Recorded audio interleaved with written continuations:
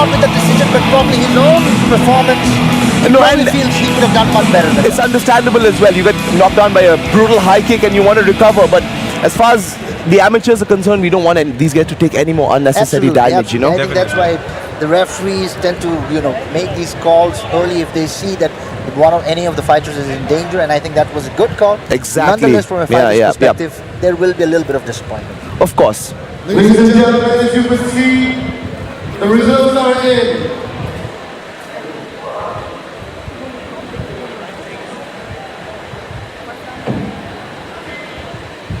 Ladies and gentlemen, the results are in. Winner by referee stoppage in 2 minutes 80 seconds on round 1 from blue corner.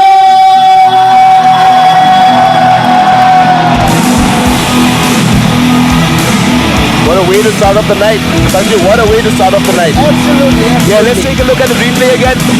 He sets it up.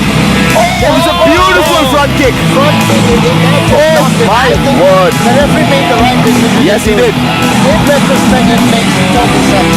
A la Lyoto Machida. Just clean on the chin, that's it. There's no coming back from that. That was nasty. That really was nasty. Front kick to the chin. Here we can see Muay creating separation. This was the beginning of the end for Rohit right here. Absolutely.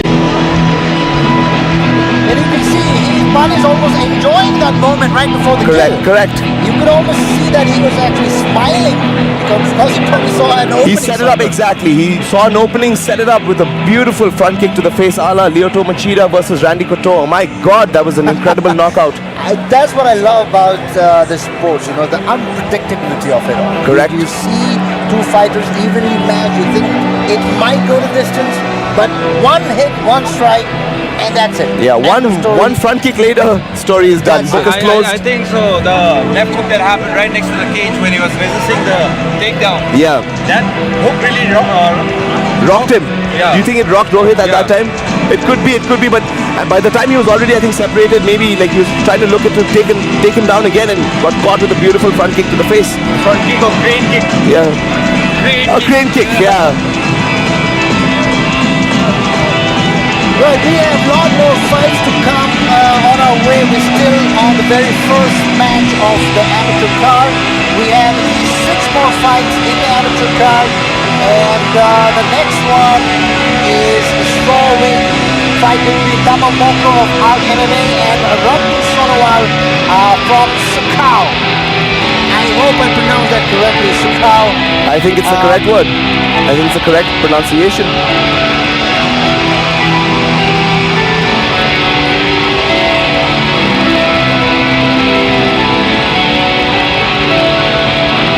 I have to say the music they're playing is a little loud for my taste. I can almost not hear myself.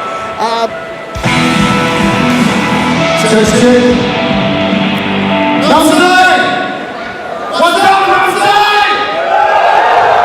Get high! Ladies and gentlemen, September 14, history in the making. For the first time in Israel, we have ATURTO 2.2. Namsai! Come! Now can we have the fighters for the second bout? The ever irrepressible anchor cage matches. The matches are cargo, very energetic, full of life.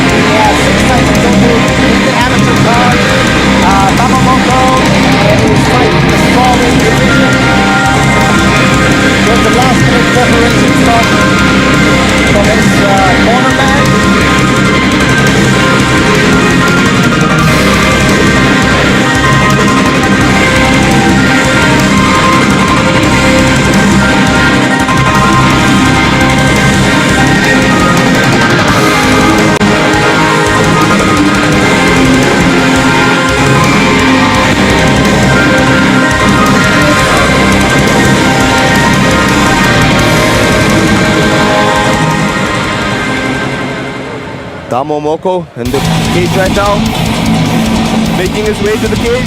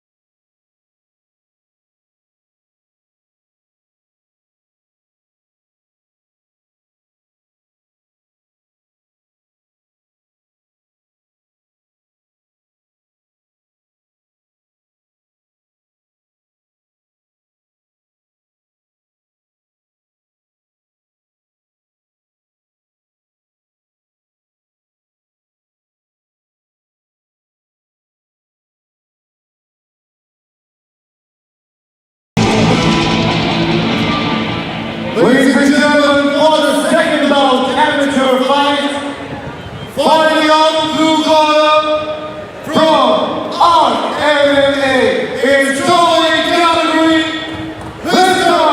Tamo Moko! I have been told that Tamo Moko is still in 7th standard or 8th standard right now. He's very young. He's very young. From Singpho, usually in strawweight category, it's Ratu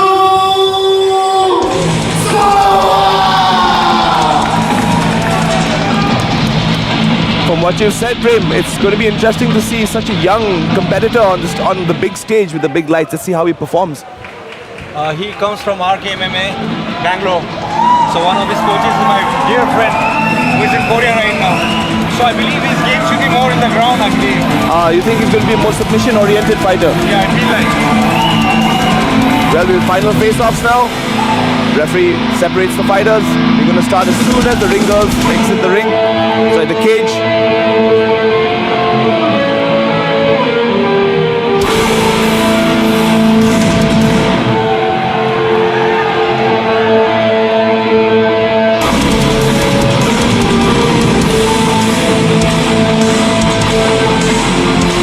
Final instructions from the referee.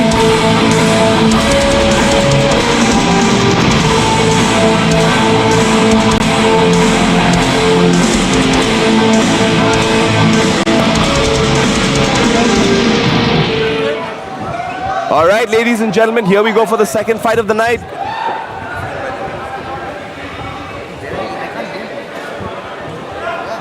Run to with some feints. Tamo Moko, as Prem said, probably the youngest competitor on this card. Oh, that was a nice head kick. Beautiful head kick by Rantu. I have a feeling I think we can all hear each other very clearly now. Of course we can, of course we can. This has just significantly improved. Beautiful takedown. Beautiful takedown there. Beautiful trip.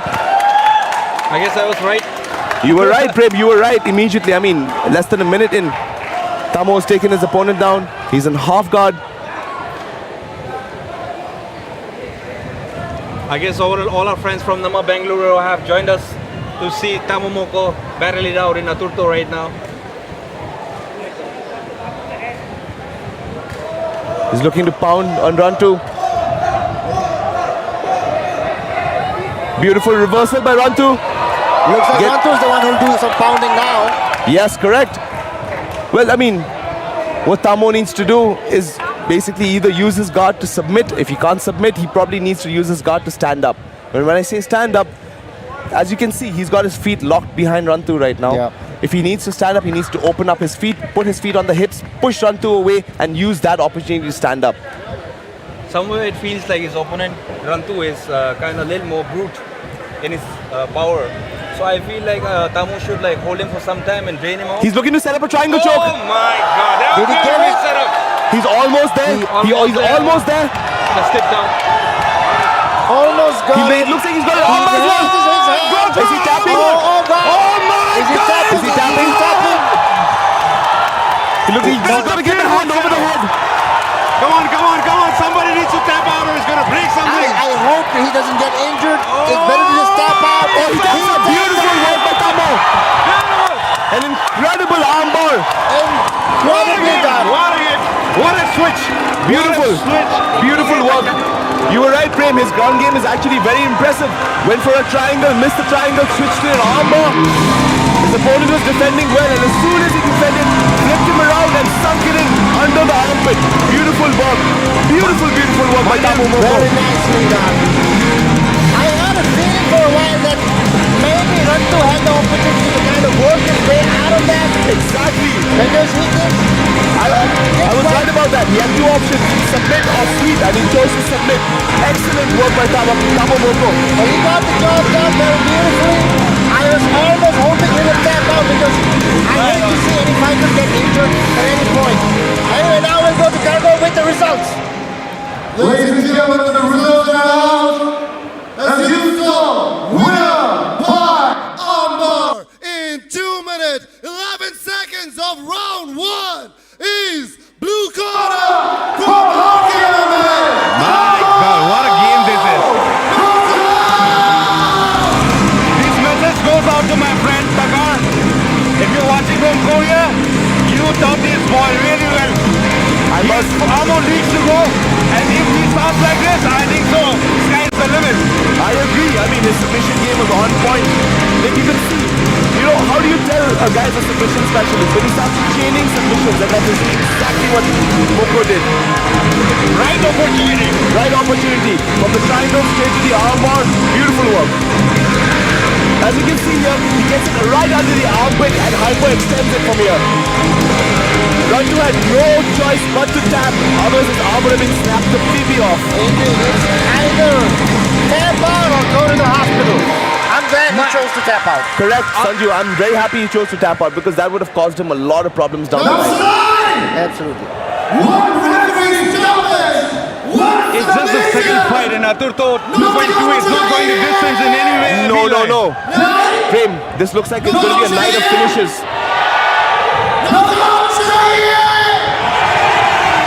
Second in the finals for Jowkhum Dili.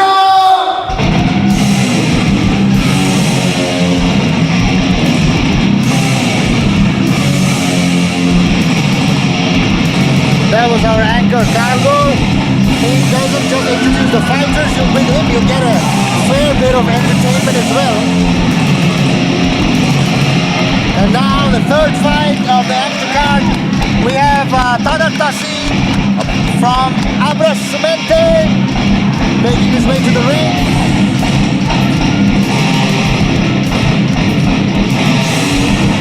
I'm sure, Andrew, you don't need to know, you already know this, but Abrasumente has been one of the pioneers, one of the engines of the fire that's been fueling MMA in Arunachal and by extension in the northeastern region. Absolutely. It's one of the few gyms owned by my brother and promoter now of ATURTO, Tarak, Ligu, and I can honestly say that these boys from Abrasumente are basically are one of the better teams in the northeast part of the country. And you know very well that ATURTO is also his brainchild. Him and his team have come up with this concept, and in a few, I wouldn't even say year, but just the second year running, it's become one of the most premier and respected fight events in the region, if not in the country. I absolutely agree.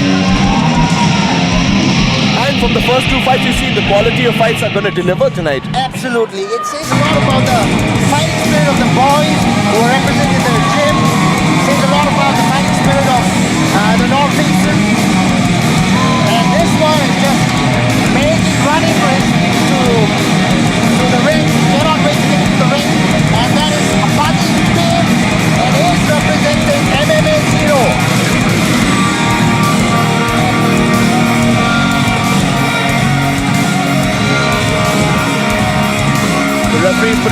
touches on the fighters before they enter the cage.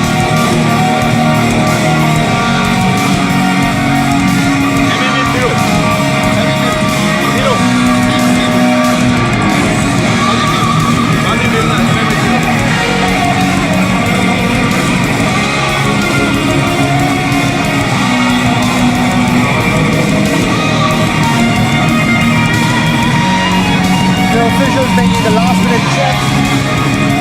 Make sure nothing illegal is being worn by the fighters.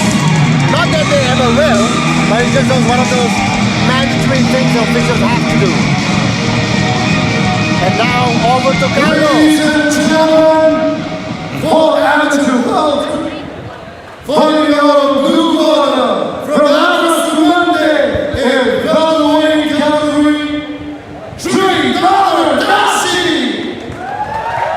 And fighting out of red corner from the beautiful Valley of Zero, MMA Zero in featherweight category, Poi Pee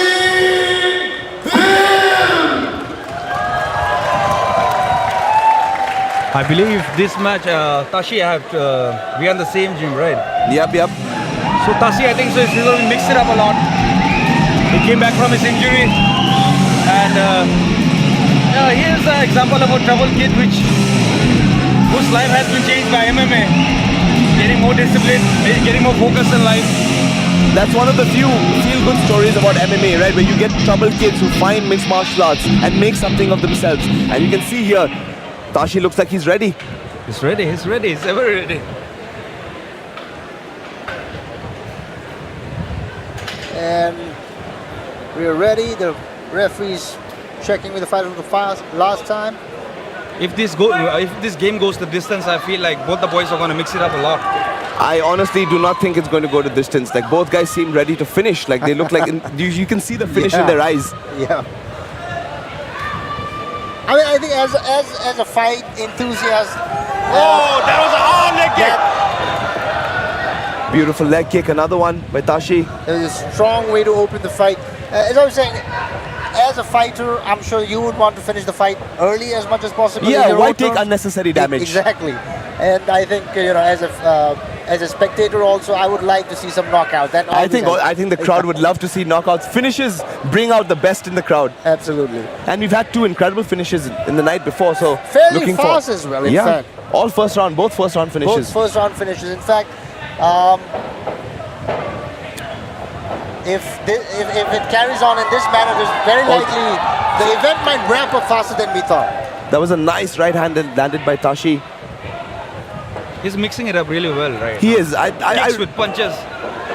It's this clinch work that's very tiring for a lot of people, but he's going straight for it. Landed a right hand on the break as well. And he used that cage very effectively to do that. He trapped him and then, threw a straight right, and him, I guess he didn't have any place to escape to.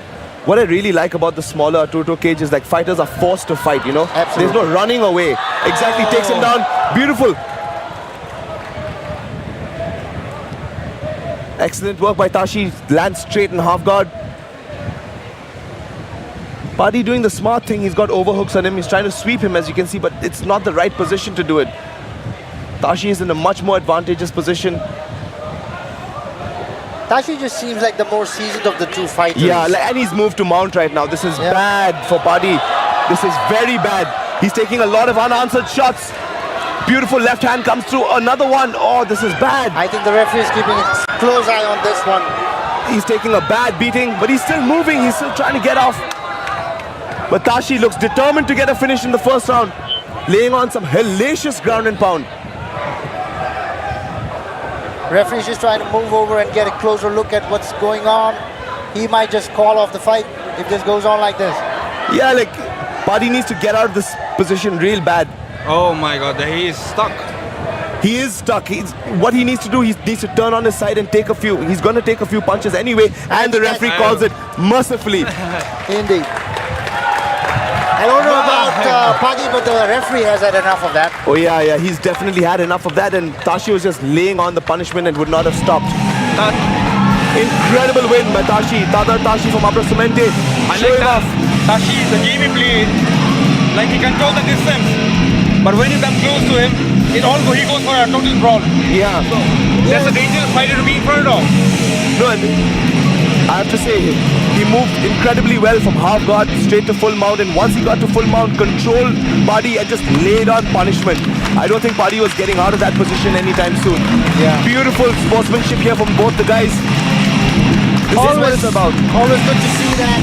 This is exactly what it's about. Young guys, they know the essence of martial art. It's respect. The defense that Padi had didn't seem very professional in technical sense, to be honest. It wasn't a technical, he didn't put off any technical escapes, but he was also taking a hellacious beating. Back to announcer. The results of the round, winner by technical knockout, the referee stoppers in 2 minutes, 29 seconds of round 1 from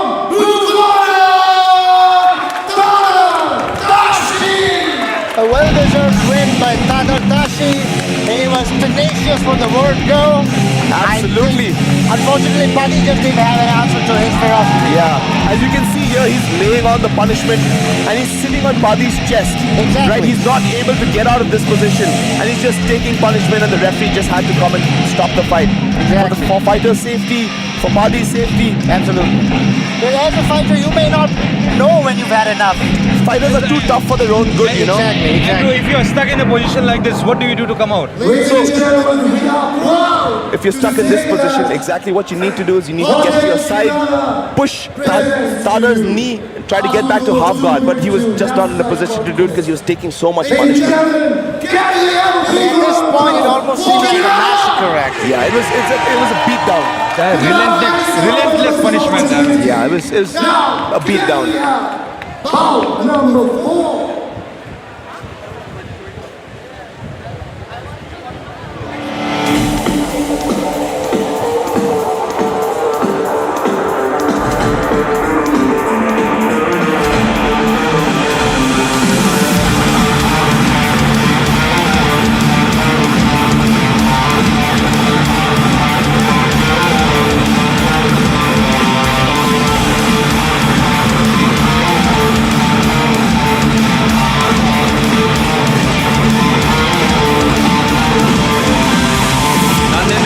Going in.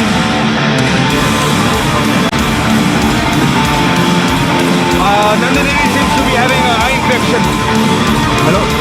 I hope it doesn't affect his fight. As you can see right now, he has an eye infection in his right eye. Can you see it? Is that an eye infection or is this that's how it looks? Must be an injury, not an infection. But I hope it doesn't affect his game.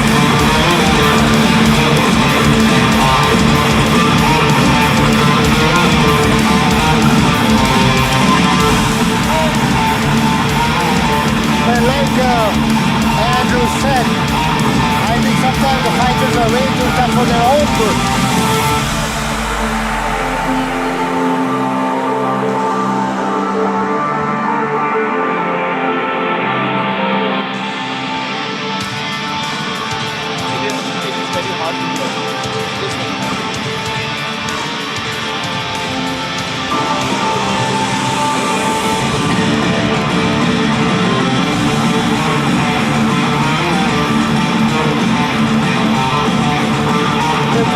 Doing a very thorough check of the gloves for some reason. And he gets the A-OK and moves on to the cage.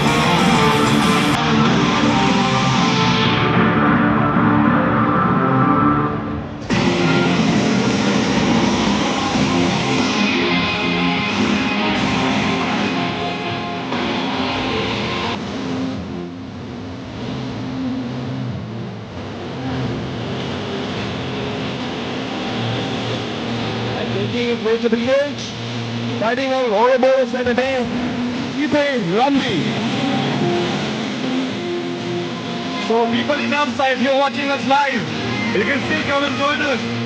The people, boys from Namsai will be performing tonight.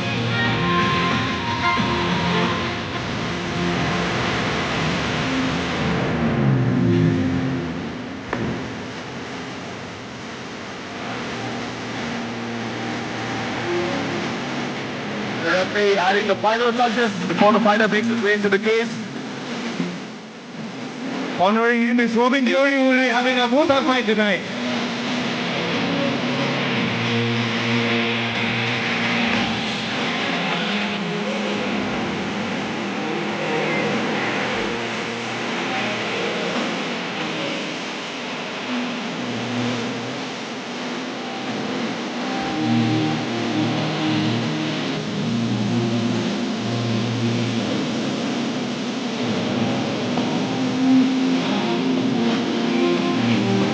He has to do it.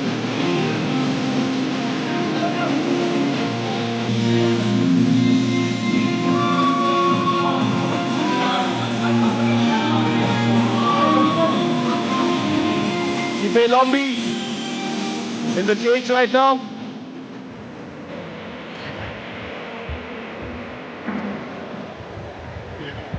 Ladies and gentlemen, fighting out of blue corner from Gym Rangers in strawweight category, Nande Neri. And fighting out of the red corner from Uruguay's Namsai in strawweight category, Jipe Lombi. Referee with the final instructions to the fighters. We've got Nande Neri taking on Jipe Lombi. Jipe Lombi, local boy. Jipe Lombi is not from Namsai, but he trains in a gym in Namsai. Trains in the gym in Namsai. But I believe this is the first debut match for both of them, and both of them look very on pace. Yeah. They look calm. They've clearly put in the work in the gym.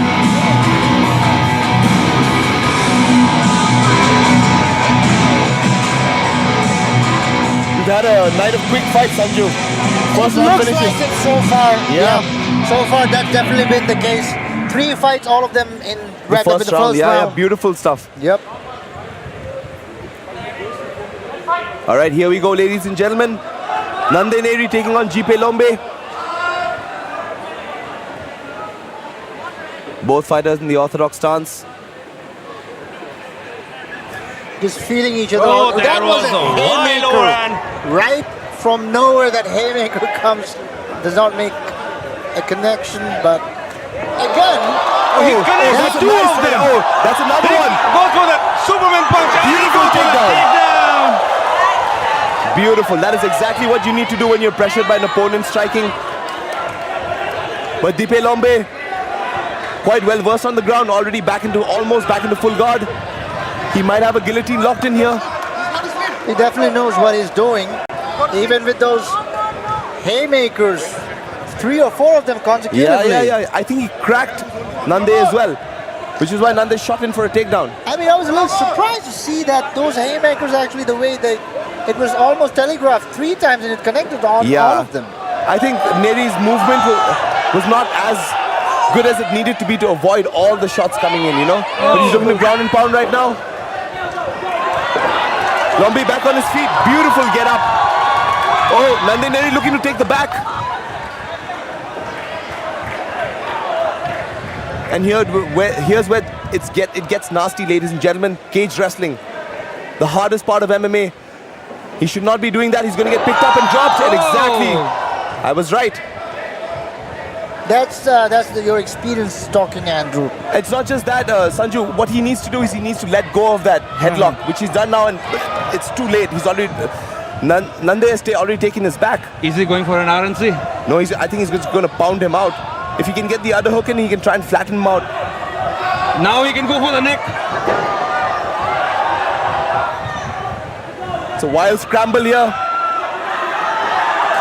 Oh! But Lombi is back on his feet. Another right hand.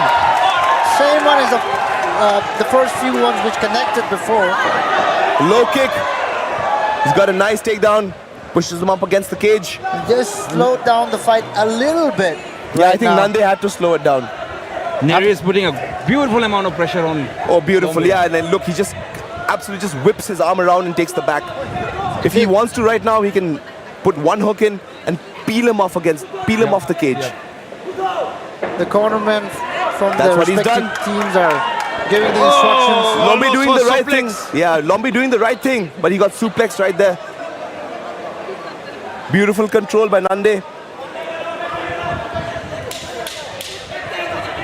You can hear the clapper. 10 seconds to go in the first round. It's been a frantic first round.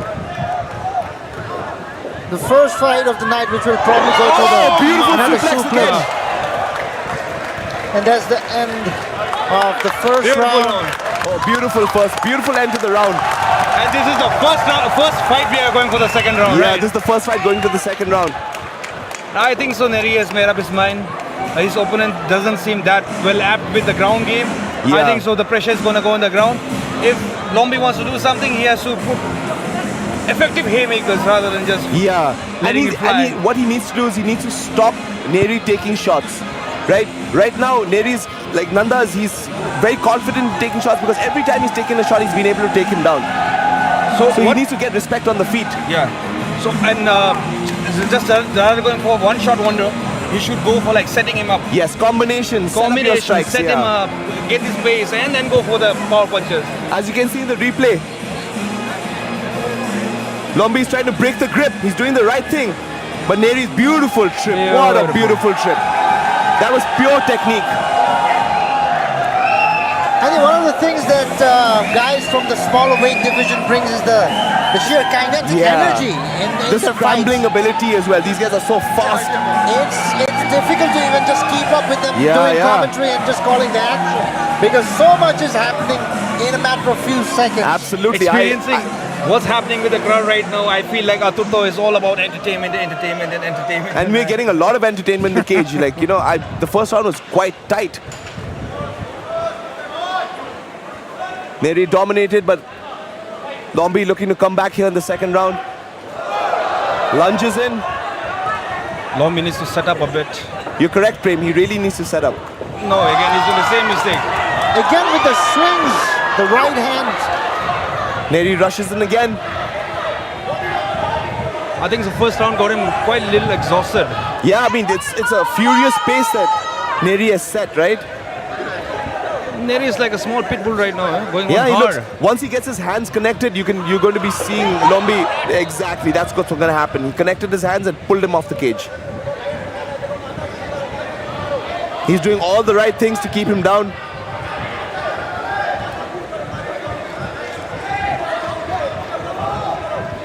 But Lombi doing a very good job getting back on his feet. What I'm expecting, Lombi needs to be a little, Neri needs to be a little careful. Yeah. If he loses the grip, I'm sure he's going to come with a power shot. As you can see, he's already trying to throw knees in the clinch right here, right? And maybe because it's the amateurs, there are no elbows. He's going to get taken down again. It's pressed right up against the cage. There is no place to There take is no him down. place to go. Exactly. And look at Neri now. He's gonna lace up the legs. He looks like he's gonna lace up the legs. Hand fight, get the guillotine grip off and start lacing up the legs. Exactly there. You can see he's got a figure 4 grip. Now Lombi's gonna have a harder time getting out of here. He needs to get one leg out and then use that leg to push the other leg out and stand up. But that's not possible once he's laced the legs. Neri on top looking relatively dominant. Not really as well locked in as one would have hoped. Yeah, now he's moving to side control. From here he can try to get back to mount. The ground game of MMA is just exhausting. Oh, it's absolutely exhausting. I told you guys Neri has an injury or infection in his right eye, but still he's going in hard like as if nothing is happened to him. Yeah, it doesn't look like that's affecting him at all. I mean, probably just powering through that anyway. I mean, the fighter's mentality, right? Exactly, fighter's mentality. That is actually a bad move by Lombi. He tried to use an explosive technique to get out. He's going to go for an arm. No, I thought he's going to take a... No, he's just going to pound his head into the canvas. Oh my God, Neri's looking. Hard shots. His head is bouncing on the floor. Beautiful knee in the clinch. Neri all over Lombi right now. This round is going for total domination right now. You cannot say anything less than that. Final 10-second clapper. This fight is definitely going to go the distance. Oh, it looks like it's going to go to the distance, but Neri is definitely dominant here. Yep. Another knee in the clinch. The referee will have to break them off. The fighters were just too invested in that moment. They heard the clap, but just couldn't let go of each other. Here we can see in the replay, Neri just laying down bombs. He's in a strange quarter half guard position and he's just blasting down on Lombi. As you can see, right hand, left. Both guys are looking a little fatigued now. They've really gone hard the first 2 rounds. And this is where men show exactly what they're made of. Not much of kicks in this fight, right? No, I don't think Lombi wants to kick, because the minute he kicks, Neri's going to take him down again. Yeah. So he's going to just fight him with his hands. And as I said before, Prem, he's really got to get Neri's respect on the feet. Right? Like he cracked him in the first round, Neri took him down. Now he's basically got to keep him at distance. But I don't think Lombi's going to be able to do I feel that. like the change of the plan would be, instead of putting the power in the hand, what if he puts the power in his legs? In his legs. We'll see Maybe now. surprise. There was a fight, my dear friend Diorimo, who's a boxer, who fought against one of my favorite fighters from Nagaland. I'm not getting his name right now. So he came punches. The last round he came up with a hard with kick, kicks. and he broke his hand. Oh, terrible. That was like a Bollywood movie ending. Sounds like an ending. Oh, see again, you were right. He's trying to go with the kicks now. I guess he's got nothing more to lose. It's the last round. You've got to go for it, right?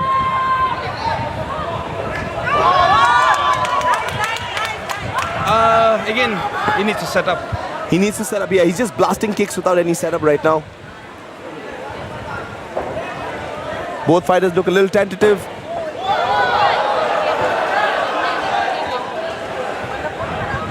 That kick didn't do much of anything for him.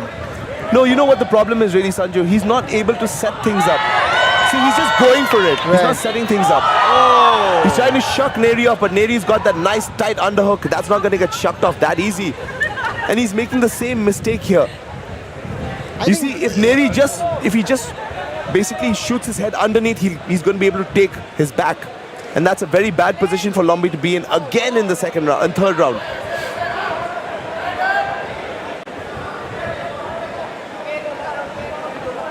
Pressing him up against the cage.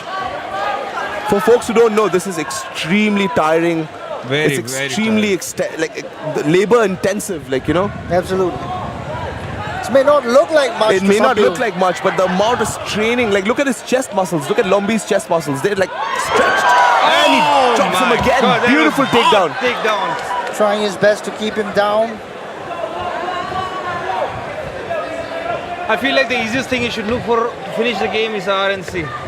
I think that's what he might be looking for, looking to get his second hook in. He's got the left leg in. He's a little bit too high, The amount of work Lombi is doing to carry the weight of Neri is... You don't see that. Oh, beautiful work.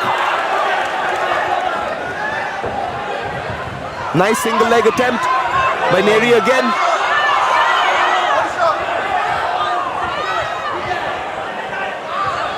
He's got to get his hands clasped behind his back, behind Lombi's back.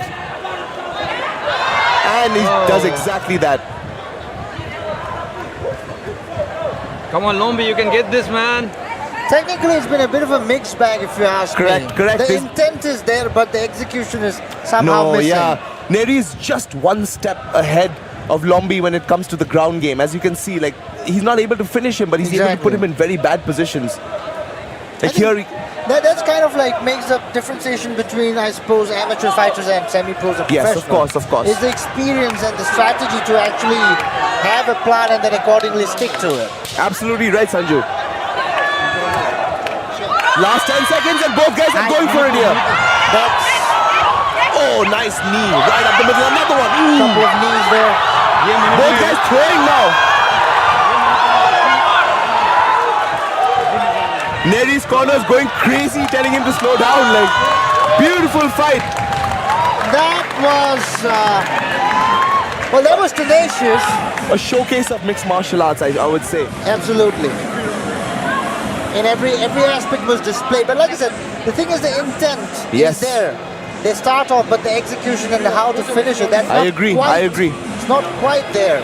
Nonetheless, what would your prediction be for this fight? Who do you think got this? I one? mean, definitely Neri is taking Yep. this. Yeah, he took it on control, Yeah.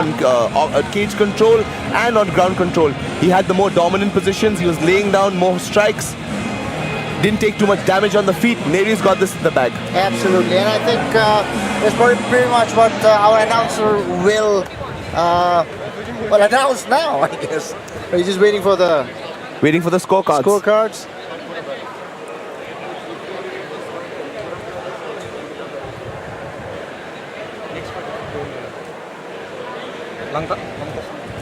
Ladies and gentlemen, full 3 rounds.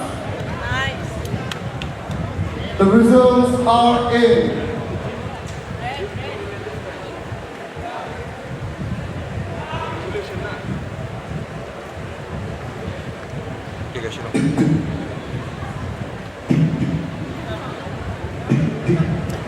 Building a bit of Winner suspense. by unanimous decision in blue corner, Namsai.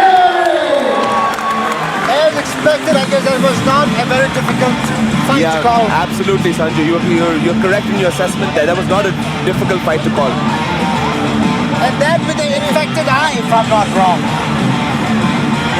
Very impressive by Neri. A fighter's heart. That match was total domination. As you can see in the replay,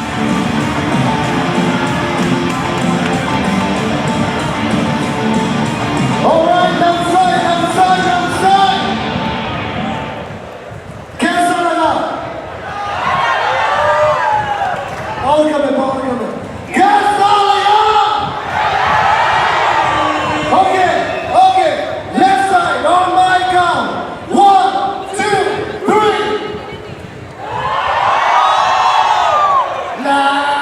Right side on my count. 1, 2, 3.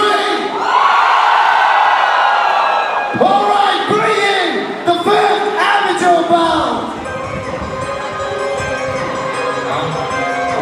We're almost coming to the end of the amateur card. The 5th fight of the night. Catchweight division. Nikam Dada representing Abra Sumente Academy of Italian.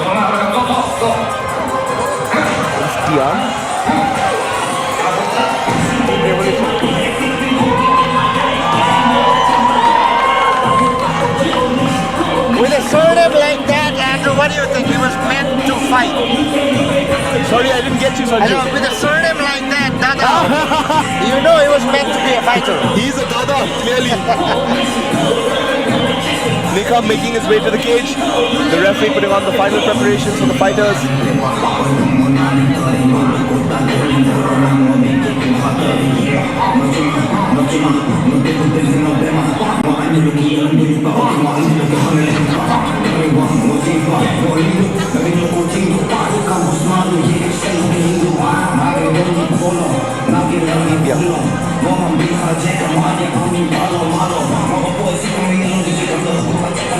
Revolution.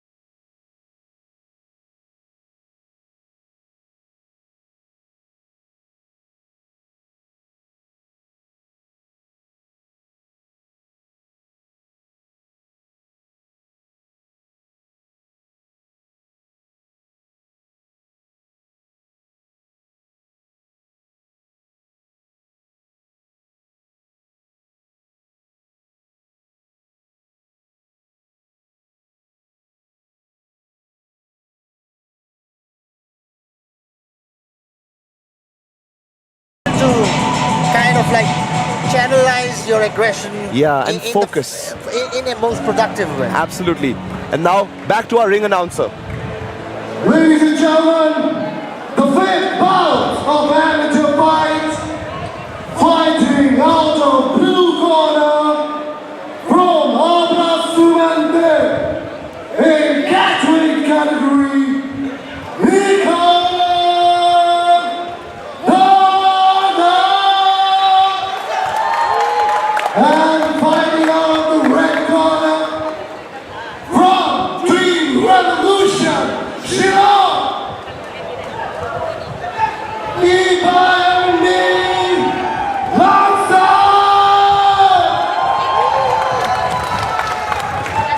Team Revolution has been a part of ATURTO since the very beginning.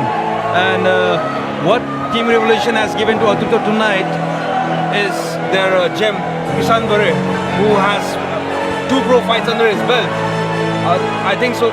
He'll be putting up a banger, and he's going against Jarbin, who's The one of the co-main event, right? who's, I believe, for me, if you guys are watching us, keep the name in mind, Jarbin.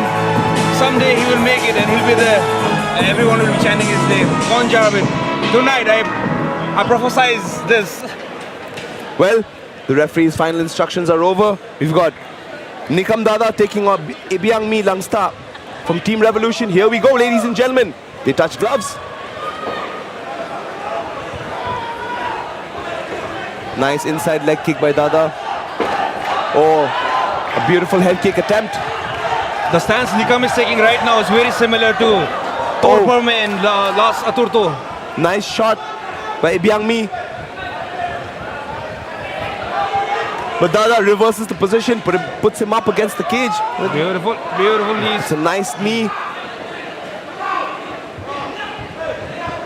Oh, that's painful. That is really, really painful. It doesn't look like much, but you take constant punishment to that one particular place. By the 3rd round, your leg is done. Like, your knee is done. Dada's got a nice single leg. What he needs to do is run the pipe right now. Oh, that's a beautiful takedown.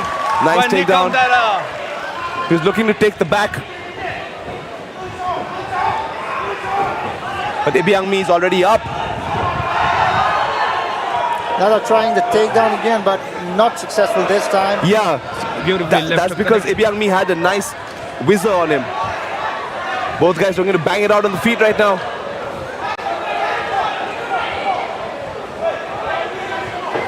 Another shot by Ibiang Mi. The he takedown. Beautiful passes straight to side control.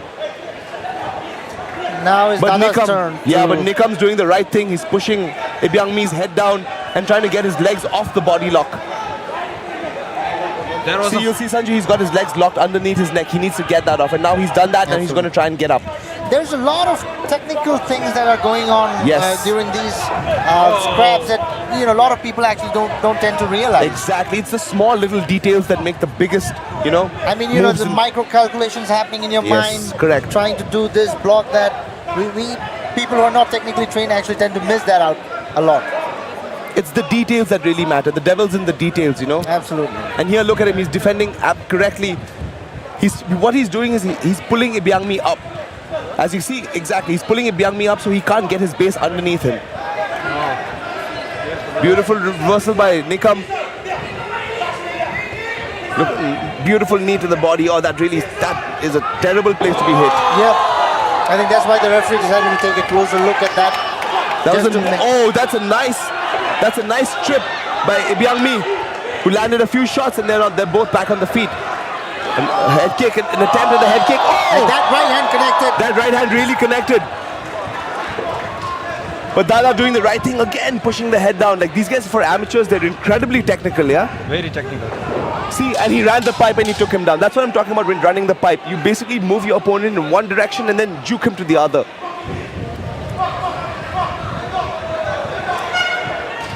That's the end of the first round. That was a great round. Both the fighters seem equally. Yeah. Very intense, Sanju, very intense. Pretty much on even keel Yes. so far, both of them. I think second round is when we'll get to see who brings the fight to home. Yeah. Both of them very evenly matched, as you can clearly see. That was a very hard takedown, but the first one, Yeah. double leg takedown. He went almost spearing and slammed then him, he yeah. almost went scorpion himself. Yeah, he almost landed on his head.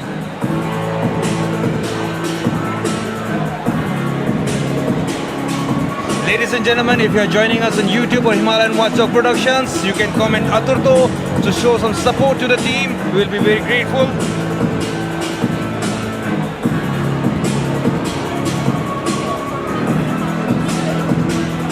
And yes, Muay Thai bout will be coming. You can wait for it. It's gonna be a great fight.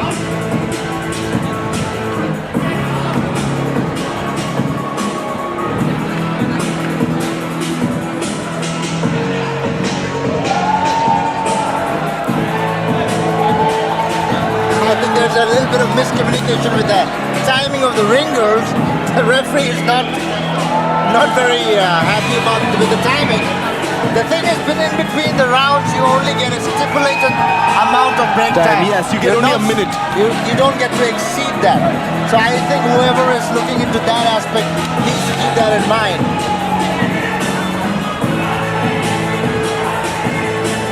Got a beautiful ATURTO ringers. Now we're ready for the second round.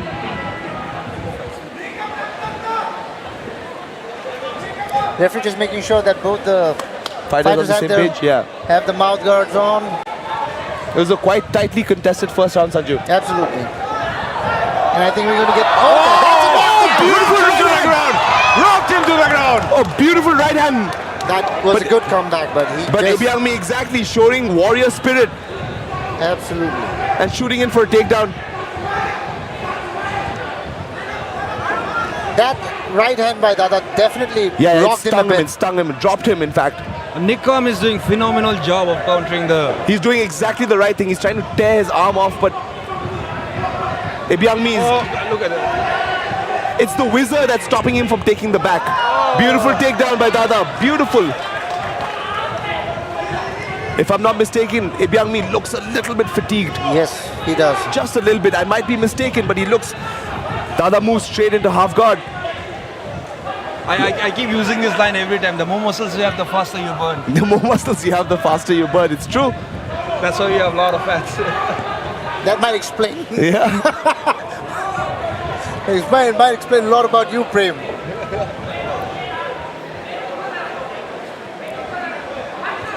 What can we get from here now? So basically, Ebyangmi is looking to regain guard, and Dada is looking to pass his guard, looking to get to a position where he can lay down some punishment. He's back in half guard again.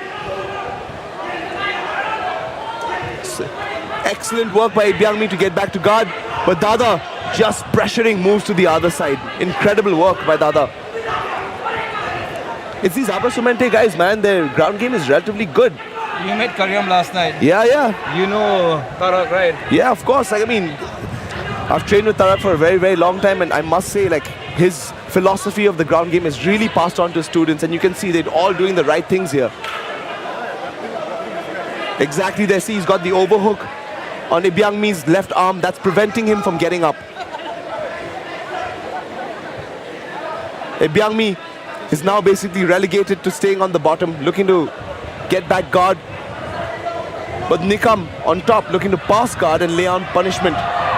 Nikom is looking for the brawl. Yeah, he's looking for the ground and pound right now. Oh, that's a tricky position. Nikom should be a little careful. But Ebyangmi's got a triangle set up now. Oh, he Beautiful. comes out easy. Beautiful defense. There's reversal and counter reversal. No, happening. so exactly what happened there was he tried to take his back too quick. Now Ebyangmi is looking for the punishment. Yeah, he's looking to lay down punishment. He's Feedback. in mount round. Oh my God. No, this is a Ebyangmi is in a bad dominant to be in. position. Exactly. 10 seconds to go. Come on, hold on. Dada just has to hold on. He's got to hold on. Looking for a double leg takedown again, and it's over.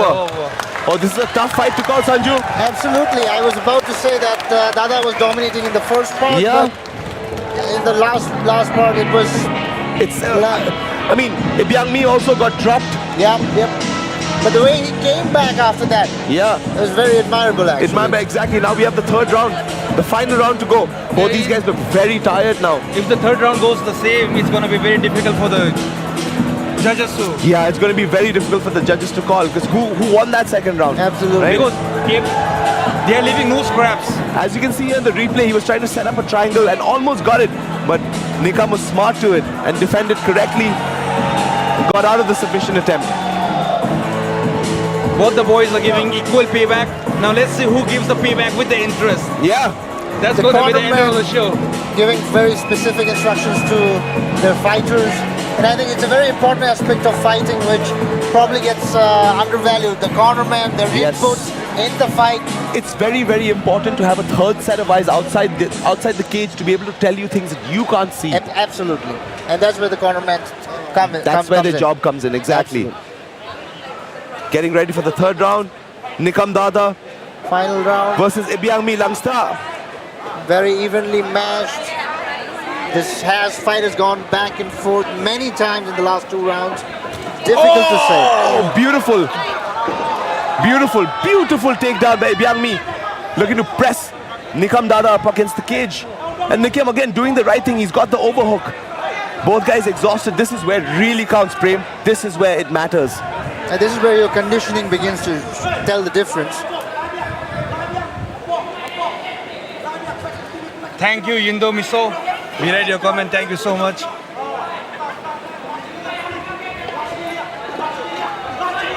Ibyangmi on a single leg right now. But Nikam is doing the right things. Look, he's pulling the head up. Trying to break posture. They're right in front of Ibyangmi's corner. That's a very boring place to be in. Yeah. It's a bad place to be for Nikam because he's basically... all the things that he's doing, his corner is basically countering it. This is where it really matters, Prem. That the third round, guys are tired. Like, they've been taking shots on the feet. I mean, this is where it really shows the fighter's mettle, no? Tried things that didn't work, but trying again. Trying again, exactly. Oh, I think he's taking a shot. Both guys are looking to throw now. Oh, nice. A nice shot again. This kid is relentless, Prem.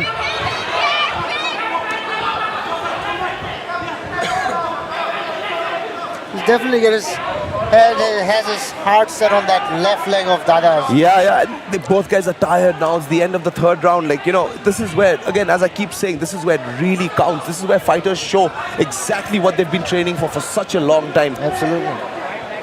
It does appear that even during such clinches, they kind of just take a breather even within the fight. Yeah, you got to be smart, right? You got to find a place in the fight, spaces in the fight where you can take a breath. And it's kind of like a mutual thing where they both agree. Yeah, both exhausted. Be like, okay, 10 seconds. 2, 3, 5 seconds. Let's just take it. Then we start again. But I'm telling you, Sanju, this particular part of the game is incredibly difficult. Audience members at home, I know it might not look the most exciting, but once you get in there and you get put in a position like this, your energy gets drained really quick. Absolutely. Oh, but Dada's reversed the position now. He's on top, looking to lay on ground and pound. Ibyangmi doing the right thing, pushing off with his feet.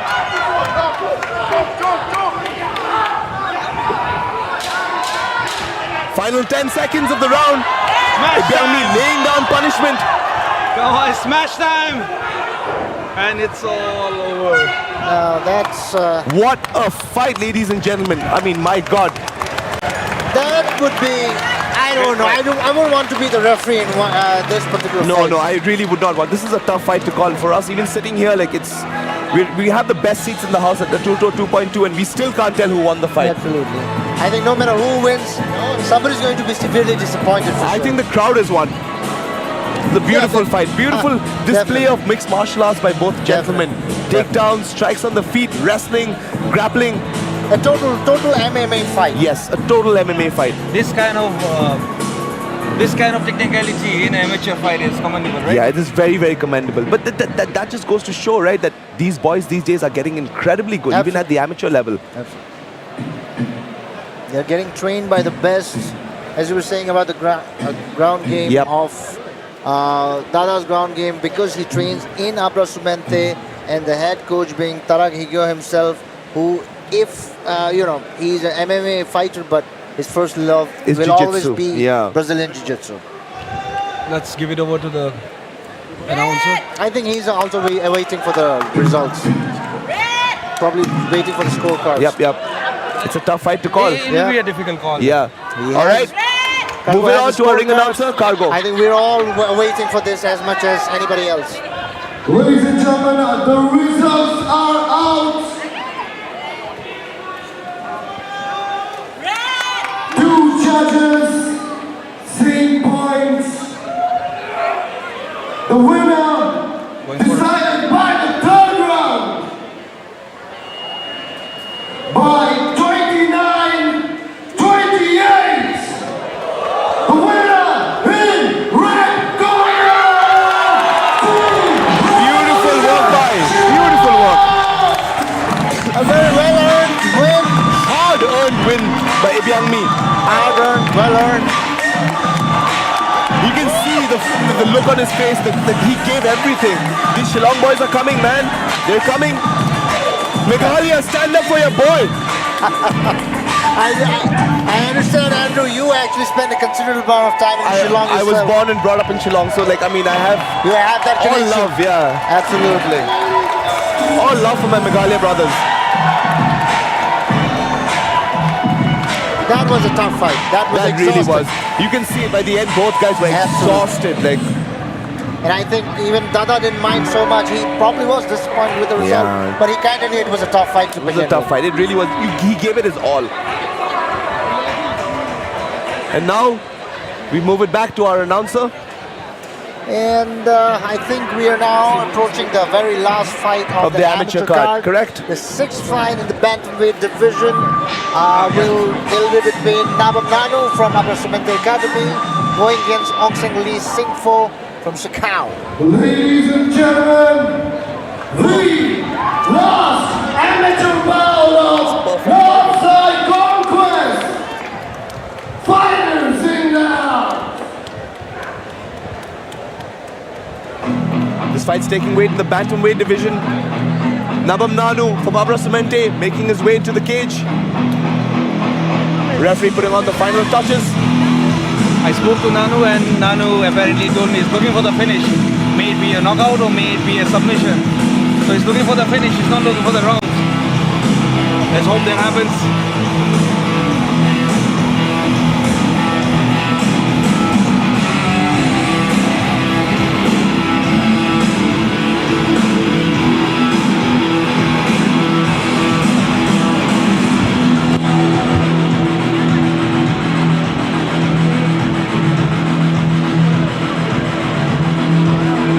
Hello, people from Mizoram joining us in live.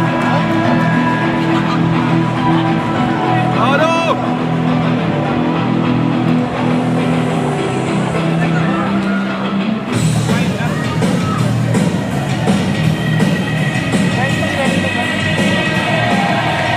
All right, making his way into the cage. We've got Ong Seng Lee Singpho from Shakwa. He looks absolutely ready.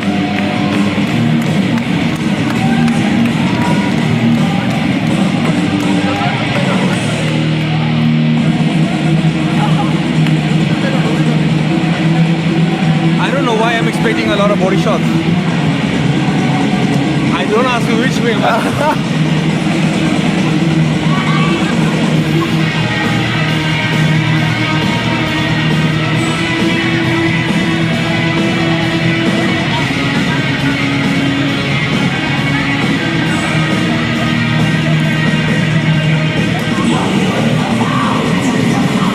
Thank you, Danu. We love you too.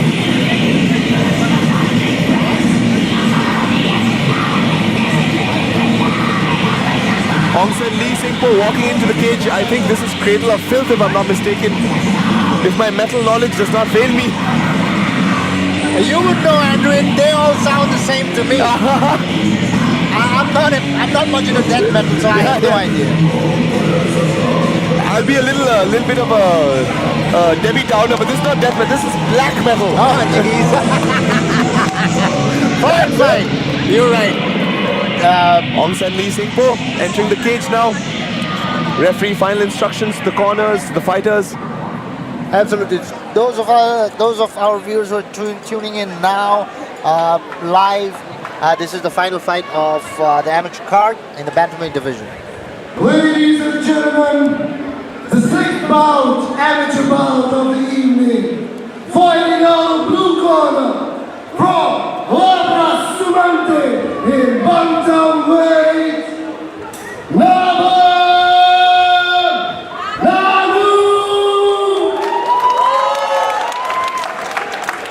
and fighting out of the red corner from Singpho, initially in bantamweight category, Onsan Lee Singpho.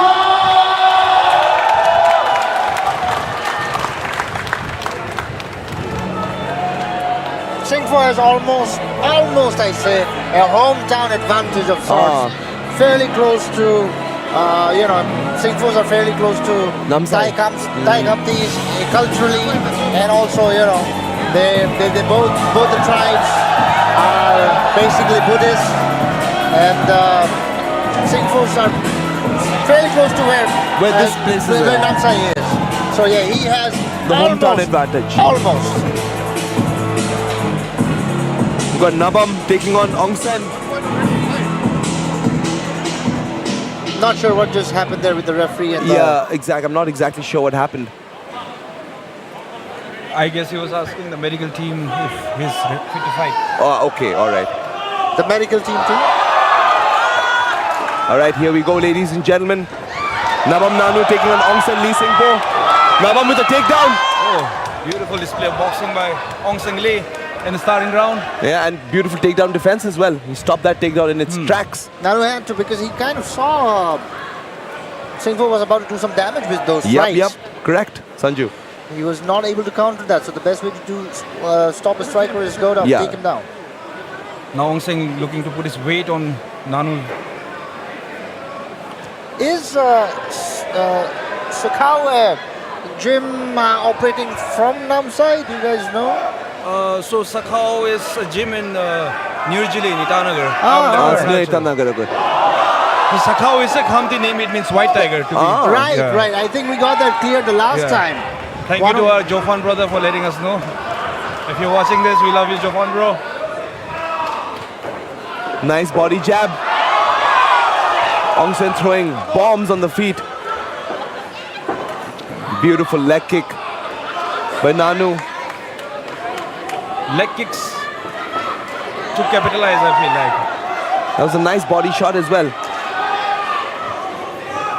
I really like the small cage, man. Oh, bit of showmanship from Ongsen. He liked And it. he just I like that. indicating that kick was nowhere near intended. No, what I was about to say is like, oh, beautiful shot. Beautiful right hand.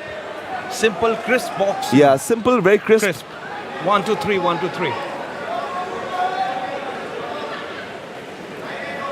I really like the small cage in ATURTO, man. This thing forces action. Like, you can't run. There's no way to go. You have to fight.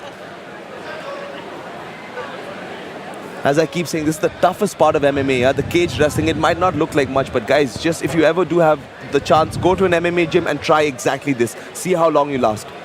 First, at least have 3 months of training, though. No, I wouldn't even say 3 months of training. I would just say go try and cage wrestle someone who's been doing it for 6 months. You know, you'll understand very quickly that this is very tough and very taxing. Tough, yeah, very tough. energy intensive.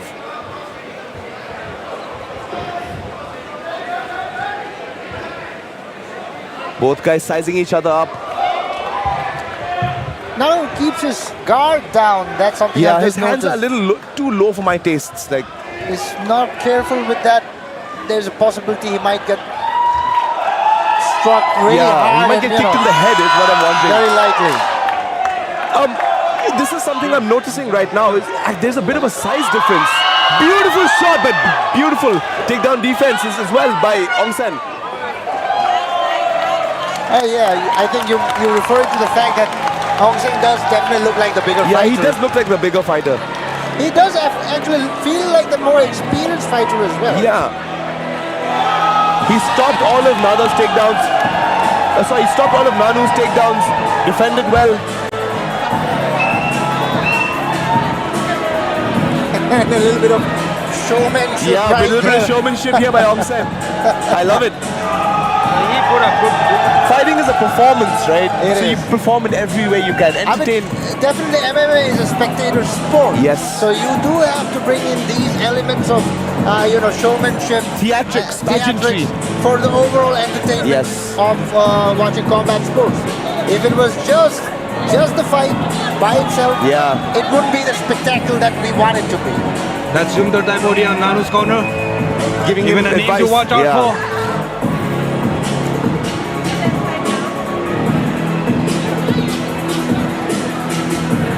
Shout out to all these cornermen as well. They actually play cornerman to multiple fighters Yes. in a single fight, which is not necessarily how it's done in a professional setup, but because of the lack of proper cornermans Yeah. and team, people have to do that occasionally. Now we're back with the second round. Aung San Lee Singpho taking on Nabab Nanu. He tried spinning backwards, but he's so strong.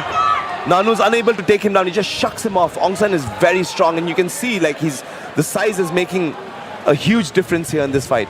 And yes, this game is kind of a catch weight.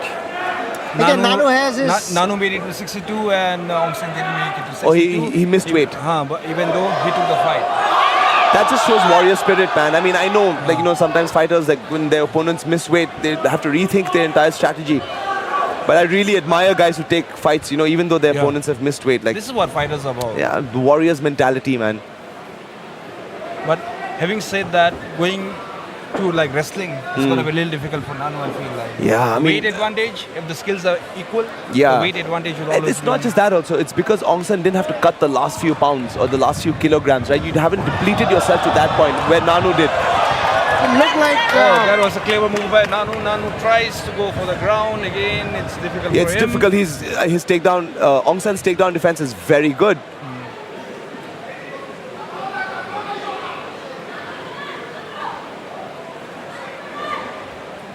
Again, cage wrestling. Another knee.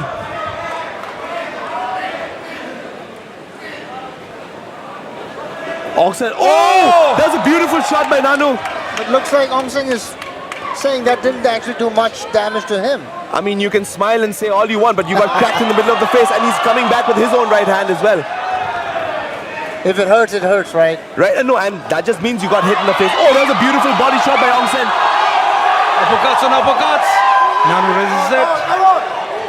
Oh, you can see there is quite a size difference between the two gentlemen Yeah. in the cage. Absolutely right. Oh, and he's taking shots. Nanu not giving up. Firing back in the face of adversity.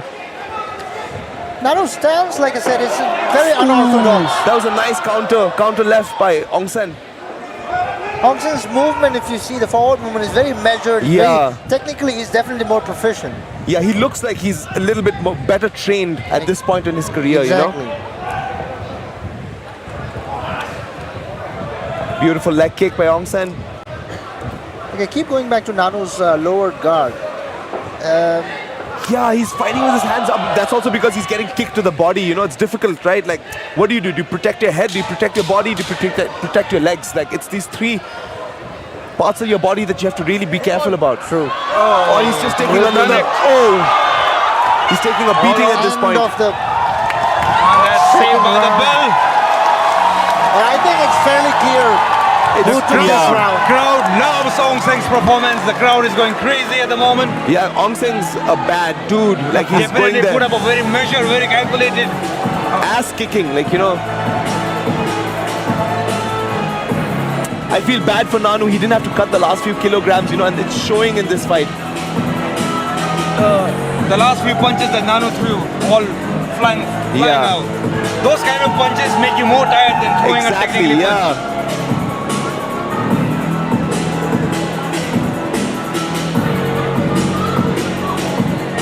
The cornermen giving their fighters advice.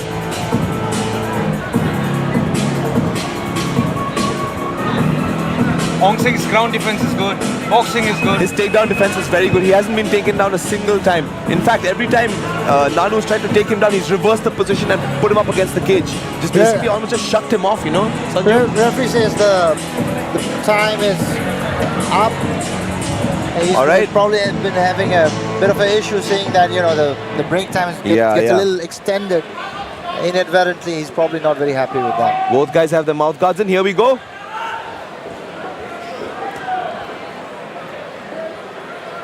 Final round between Aung San Lee, Singpho taking on Nabam Namu. Nanu almost countered that with a kick of his, but kind of like left it halfway. Yeah. Didn't really commit to that kick. I don't know why body shots or Ooh, that was a nice right hand by Aung San. But you know what, I'm really impressed by Nanu. He's trying to fight back under fire, like showing off the true mentality of a warrior, the spirit of a warrior. Absolutely. Not giving up, not breaking, you know.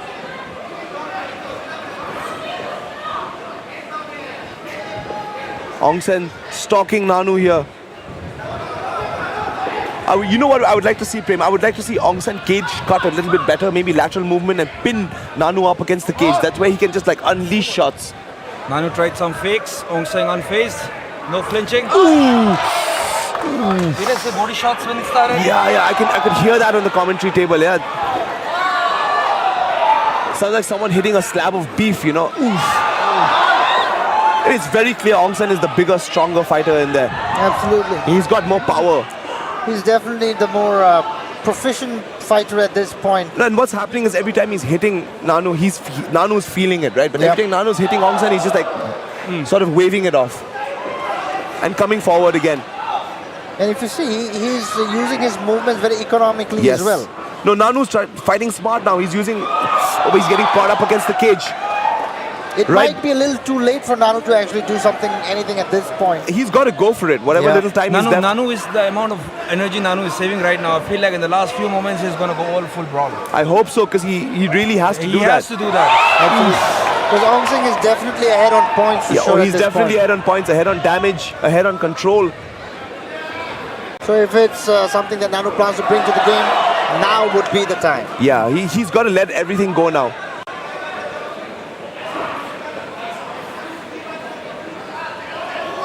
Both fighters still side. Oh, nice right hand counter. Oh, he might be a little bit rocked. I can see, like, you know, his feet look a little bit wobbly. That's the second time. That was a nice right hand by Namu. Nice right hand by Nanu. Aung San just waves it off. Mind games are crazy. Mind games, man. Mind games. He took the flow. That was a close one. That really was a close one. That right hand, if that right hand landed, that would have been it. A bit high with the low kick. Another right hand. Oh, and he's going. Oh my God. Another right hand by Aung San. Another left hand by Aung San. And trying to take down, but the referee breaks them off. End of round 3. End of the fight. I think it's fairly clear. Yeah, it's very clear. Aung San's taken this. Nanu had a hard time just containing the aggression of Aung San. And I think, like you said, Andrew, the part about not having to cut down the last few kilograms, it really plays a huge part. Makes a lot of difference, actually. Yes, it does. When you don't have to cut the last few pounds, what happens is you basically save that energy for the fight. Absolutely.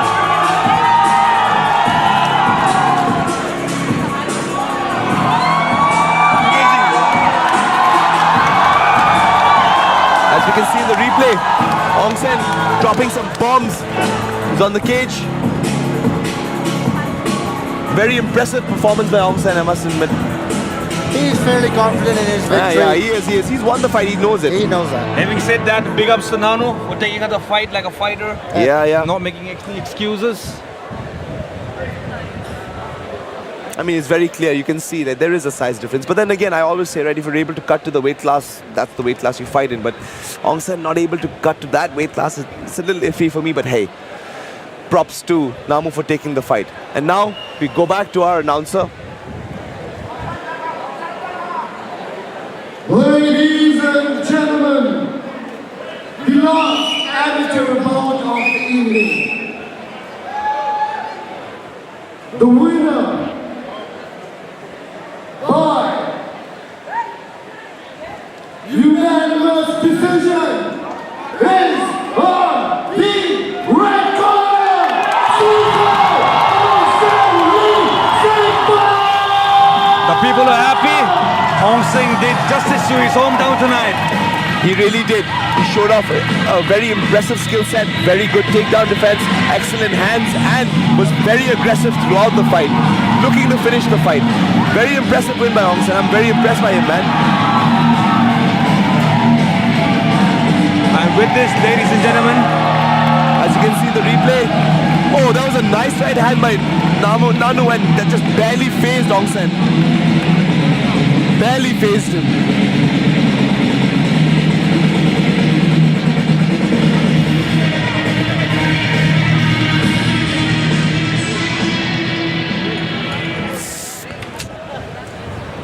Namsai! Joseph! Namsai! Namsai! Alright, ladies and gentlemen, Namsai conquest would not have been possible without Hotel Kinara. Team ATURTO wants to thank Hotel Kinara for powering this beautiful, epic experience in your town, in your ground, to beat down Namsai. Go on, quick! Ladies and gentlemen, eyes on the screen. Welcome to a world where serenity meets splendor. And just beyond, amidst the lush greens, lies Kisan, a sanctuary of luxury and comfort. Step inside to experience cultural hospitality at its finest for an unforgettable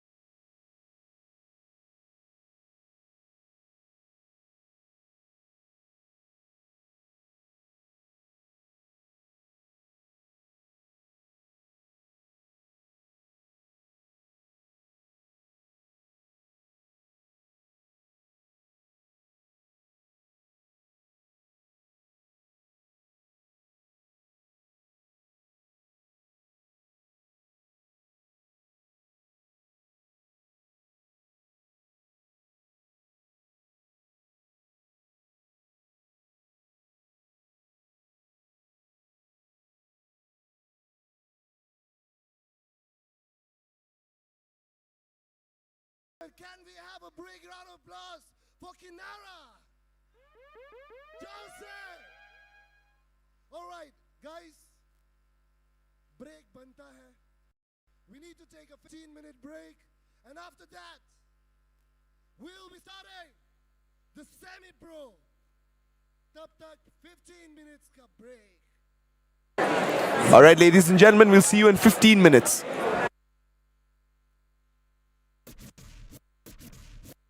Ladies and gentlemen, DJ Dopest in the house.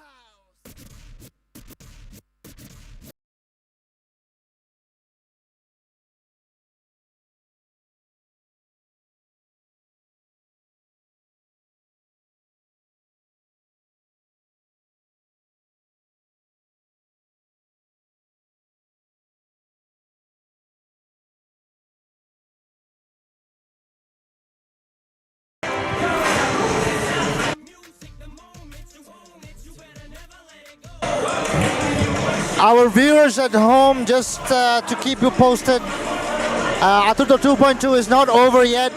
It's just a small break after the amateur card. We will be back with another round of fights. Please stay tuned. We will come back with the fights in another 10 minutes. Thank you for joining us. ATURTO 2.2 Namsai conquers.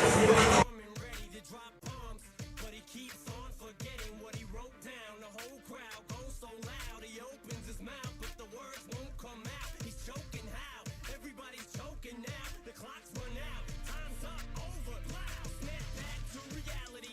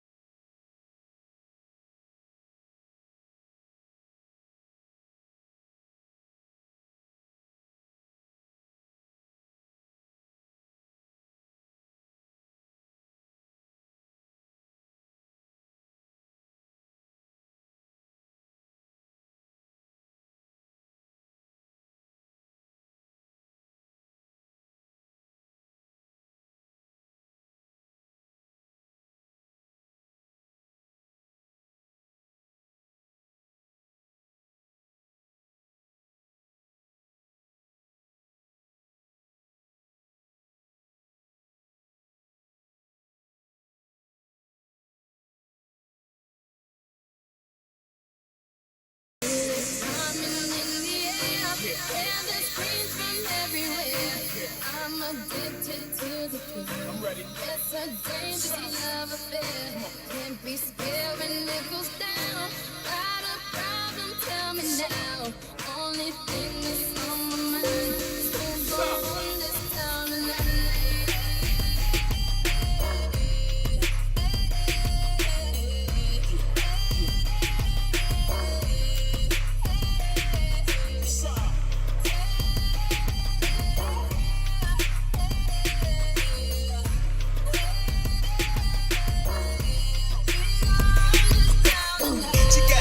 That'll swallow up a T-string. Got an ass. She got an ass that'll swallow up a T-string. Got an ass.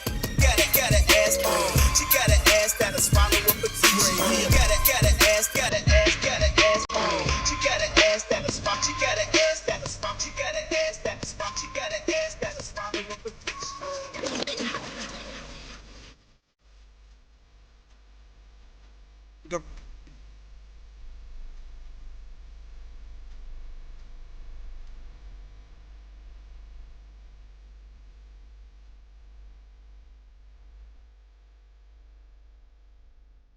Fuckers. Bitch.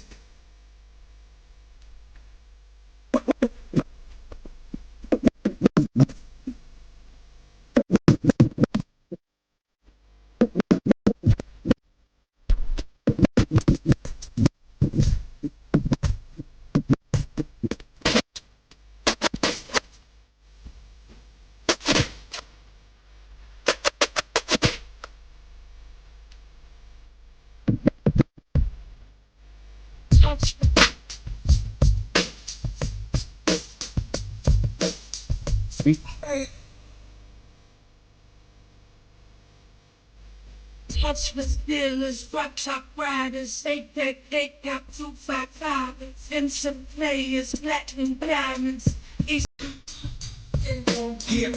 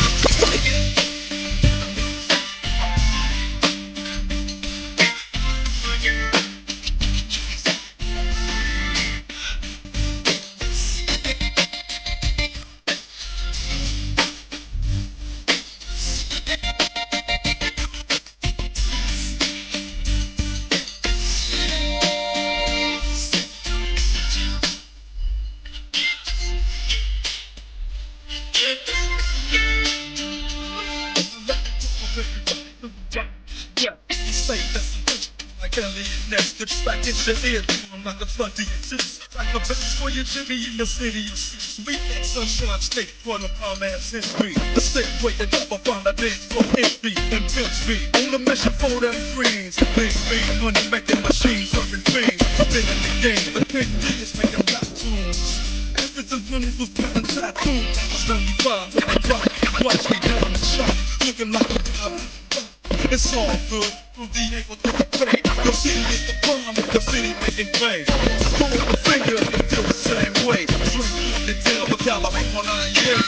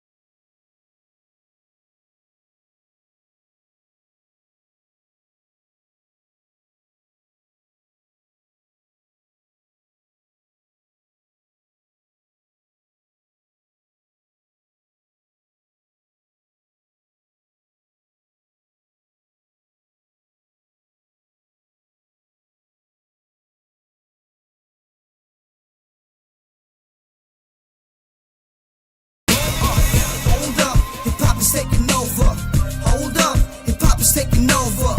Hold up, hip hop is taking over. When I step on the stage with my shit, it's game over. Hold up, hip hop is taking over. Hold up, hip hop is taking over. Hold up, hip hop is taking over. When I step on the stage with my shit, it's game over. I'd be lying if I tell you that I'm not the best. I'm so fly, you can catch me with ass on my chest. This fool's crucified hip hop and I'm bringing it back. This is the resurrection, yeah, I'm raising the dead. I keep it classy, ain't no one on the list who can top me. The apex right on my pedestalized with a Godspeed. Lot of phones involved, the game is getting stale. If the demons click resign, then his mission failed. Moving it forward, trying to wave the rap flag. Got it on my backpack. How can you even spell rap without putting the AP? That's the state that I rap, bitch. Putting it on the map. Matter of fact, I do it for the whole Northeast. I'm so sick, these doctors are going crazy. They say the illness that I've got is one of a kind, JD. The next name that's gonna take over your playlist. Hold up, hip hop is taking over. Hold up, hip hop is taking over. Hold up, hip hop is taking over. When I step on the stage with my shit, it's game over. Hold up, hip hop is taking over. Hold up, hip hop is taking over. Hold up, hip hop is taking over. When I step on the stage with my shit, it's game over. Wake up every day, gotta get the money. Clear up the stage, gotta get the money. I don't need excuses, I just need the money. Gotta get the money, so where my money at? Wake up every day, gotta get the money. Tear up the stage, gotta get the money. I don't need excuses, I just need the money. Gotta get the money, so where my money at? अपना लिखता हूँ मैं on point. Life मेरा game और mic है मेरा gold coin. अब मेरा join old school वाला track में ये rap वाली game में माइक्रोफोन है मेरा gold coin. First point, yes legal पर धंधा ये illegal है. दुनिया same खाली बदला यहाँ people है. मेरा rap same page में सब काम हुआ आधा मेरा क्योंकि मैं वो boring वाला pace में. Life start हुआ था मेरा थोड़ा late से exhausting ये दुनिया लेकिन पहले मैं था जोश में खामोश था. Until हाथ में मेरा आया mic सारी night फटने वाला मेरा ऐसा dynamite. I think it just occurs to be born as a rapper in the state, but you can't sing a song. Get the crowd going on, then we hit the backstage looking for the organizers that gone, yo. Tell me what we ought to do when this happens. When you spend the most of your life indulged into rapping, when you need degrees to get a job. Well, I've been scripting my lyrics and entry sheets. My career needs a napkin, yo. Gotta get paid one way or another. Way is yet to be discovered. Color and book to be colored. That's another story to be covered in my raps. But for now, I'm just looking for a way to earn cash, yo. Wake up every day, gotta get the money. Tear up the stage, gotta get the money. I don't need excuses, I just need the money. Gotta get the money, so where my money at? Wake up every day, gotta get the money. Tear up the stage, gotta get the money. I don't need excuses, I just need the money. Gotta get the money, so where my money at?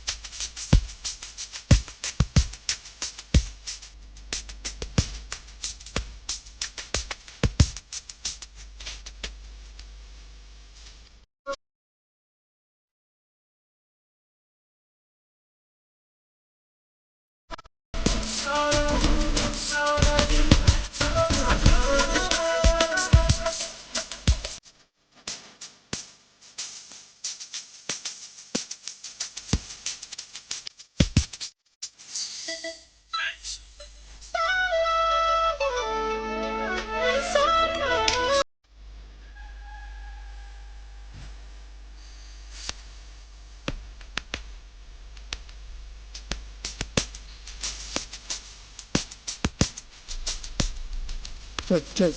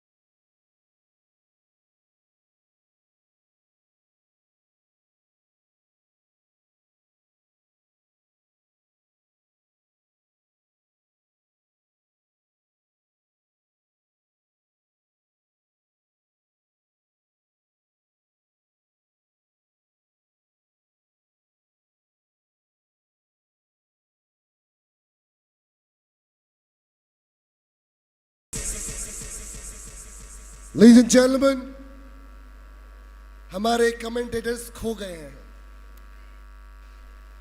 All the commentators for ATURTO, you are requested back in the cage.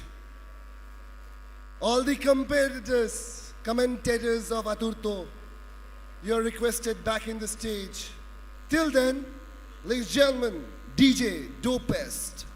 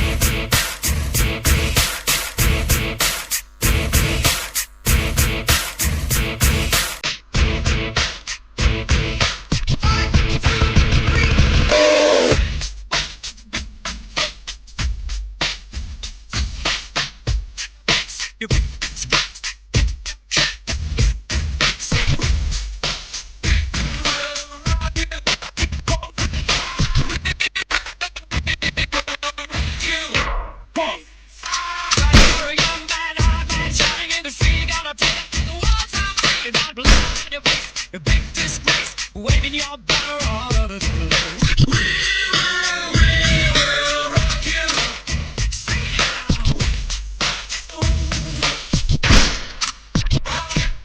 Buddy, you're an old man, poor man, dealing with your eyes, gonna make you sound beast. You got mud on your face, big disgrace. Somebody better put your bag into your face. Sing it.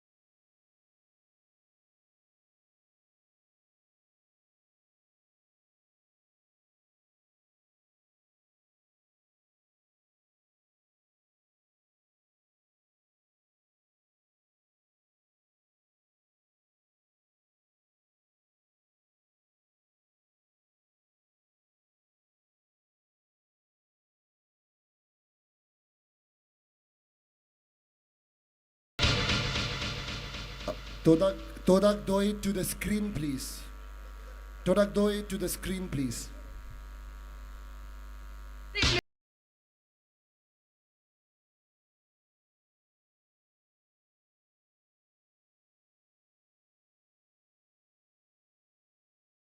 Wait a minute, wait a minute, wait a minute, wait a minute, wait a minute, wait a minute, wait a minute, wait a minute, wait a minute, wait a minute, wait a minute, wait a minute, wait a minute, wait a minute.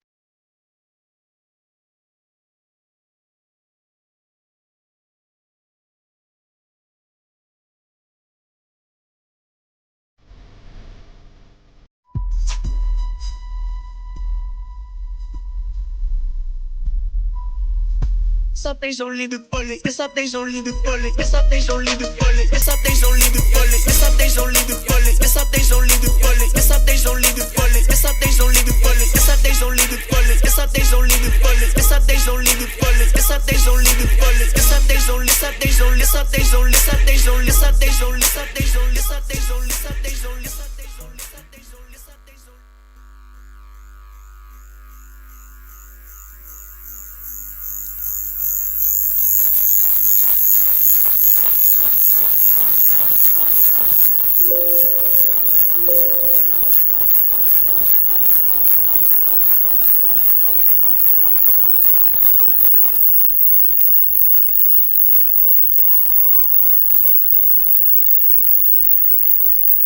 Ladies and gentlemen, are you ready?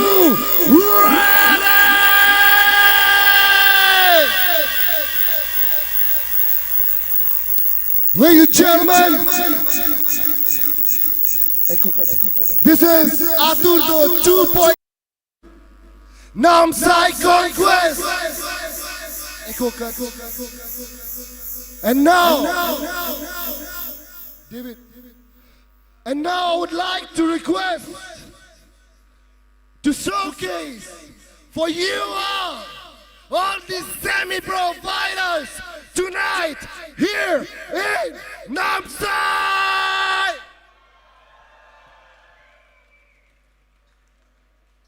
Ladies and gentlemen,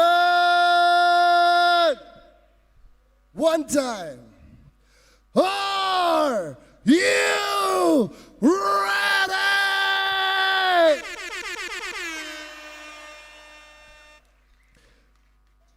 Can we have the fighters on the 7th bout from Delhi?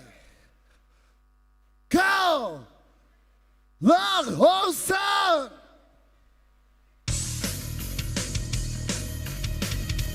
All eyes on the stage.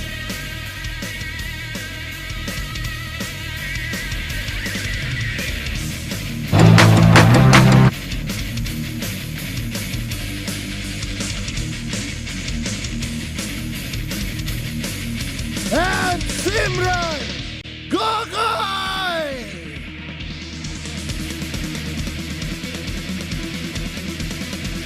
The next fighter.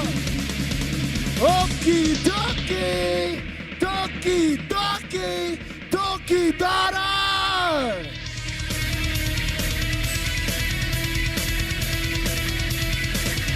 And fighting him, your own, from Ouroboros, Sumukha, Namchoom.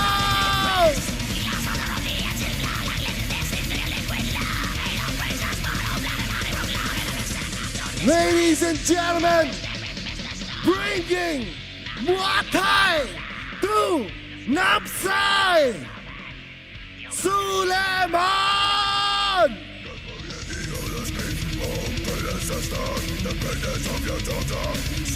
And representing Ouroboros Namsai, Robert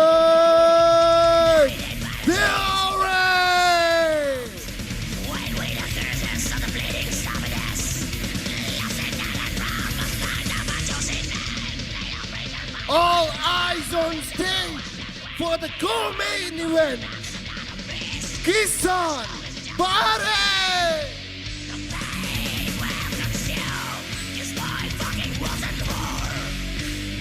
And fighting him is none other than God Jarbin.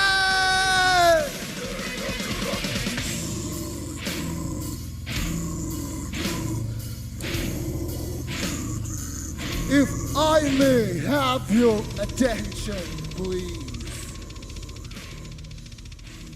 The main event of ATURTO 2.2 Namsai Conquest the last and main event, Nazareth Lalthazuala.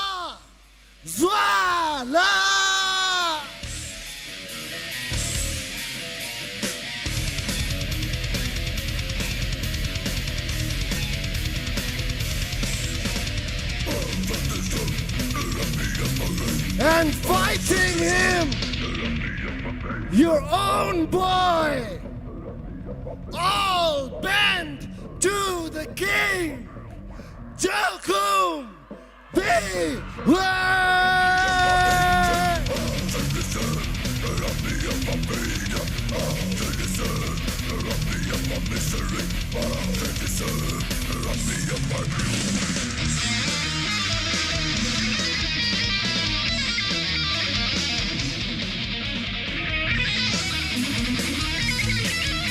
Thank you, fighters. Thank you so much.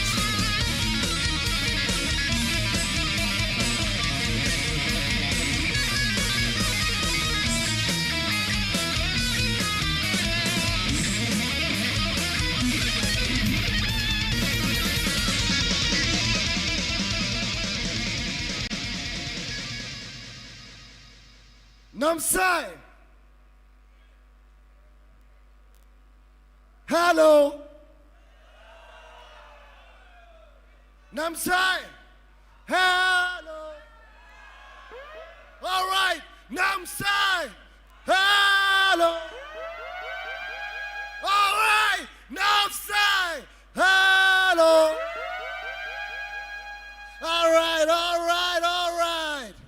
Ladies and gentlemen, I would like to take this opportunity to thank none other than Chow Mola Sang Namchoom for giving us the opportunity to respect the bonus winner of the evening. Ladies and gentlemen, can we have a really big round of applause for Chow Mola Sang Namchoom?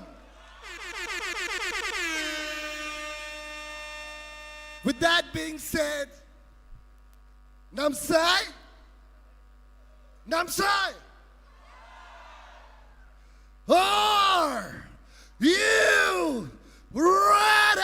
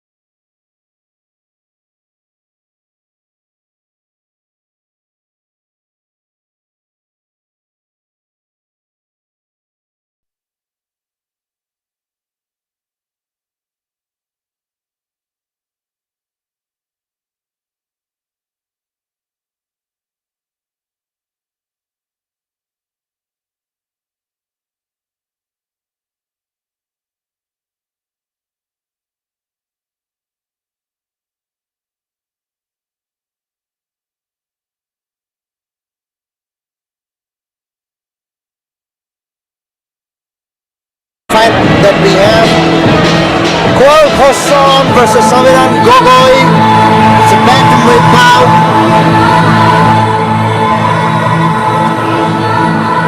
And as we move on from the amateur to the semi-pro division, I'm sure we'll see some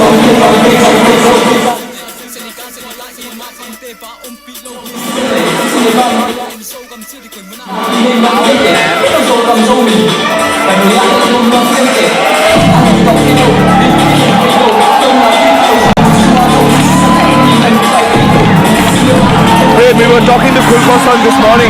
He comes from the combat lab. And his inspiration for getting into the MMA was he first saw GSP fight Matthews, like old school MMA, right? Didn't want to set at a desk job and decided like, hey, why not just jump into a cage and fight? That's kind of commendable for a guy like this at this point of his time. And we asked him what he wanted to let his fans know. And he put on a performance of the night. And in his words, it's never late to start MMA. You could be older, even if you're above 30 years old, you can still get into the sport. He's looking ready now. The referee's putting on, the officials are putting on the final touches before they get onto the cage. All the viewers watching us, joining us from Manipur. Our heart goes out to what's happening right now, but you have a fighter, you guys are a fighter. All respect to you guys, all love to you guys from Arunachal Pradesh and ATURTO team.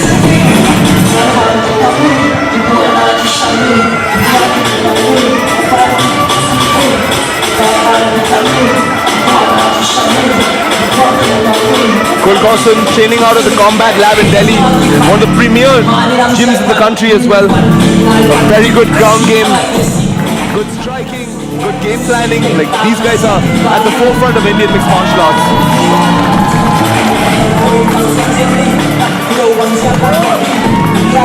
Ever since the inception of ATURTO, it's been a meeting ground of some of the best MMA fighters from across the region, especially Northeast, where all the fighters from different states who have been honing their skills over the years come and test themselves against each other. Absolutely, and now making his way into the cage, Saviran Gogoi from Assam. And one of the most beautiful aspects about MMA in Arunachal and ATURTO is that the fighters not only get to showcase what they have as a fighter, but they bring a little bit of their culture as well. Absolutely. As you just saw. Absolutely. Him with the gamcha, if my thing is correct. Gamcha is a traditional clothing wear used by the Assamese for a variety of things. And Gogoi, as the name suggests, is obviously of Akom background, and from Akom is where the name Assam came from. And the thing is, the Ahoms actually have a very strong connection with the Khamtis, who are the local inhabitants of Namsai. Khamtis and Ahoms are actually related. I might be a little confused about in what sense, but I believe one of them is the uncle to the other one. So, in a way, you know, Gogoi coming to Namsai, the land of the Khamtis, it's like a homecoming for him as well. Exactly, and he started boxing first, moved into MMA. We spoke to him this morning, talked about how being well-rounded was a pursuit of his. He saw Punyajit Vikharu, in fact, and decided that he wanted to fight in mixed martial arts, and that's what prompted him to get into the cage. He worked in the call center before, saw Punya and decided like, hey, this is my time. Fighting out in bantamweight, the first semi-pro fight of ATURTO 2.2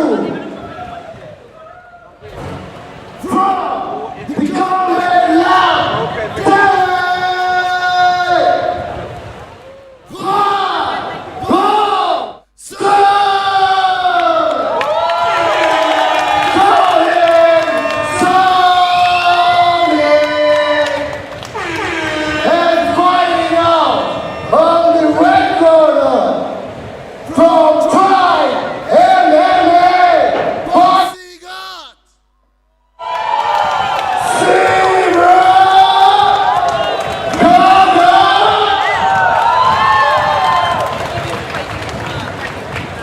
Gogoi is really well conditioned. He looks to be well conditioned. Muscular definition, really well cut. Referee with the final instructions before we get onto the fight. Kulkosan taking on Samiran Gogoi. Both guys look ready to go. The crowd cheers for the most. Both guys looking absolutely ready to go.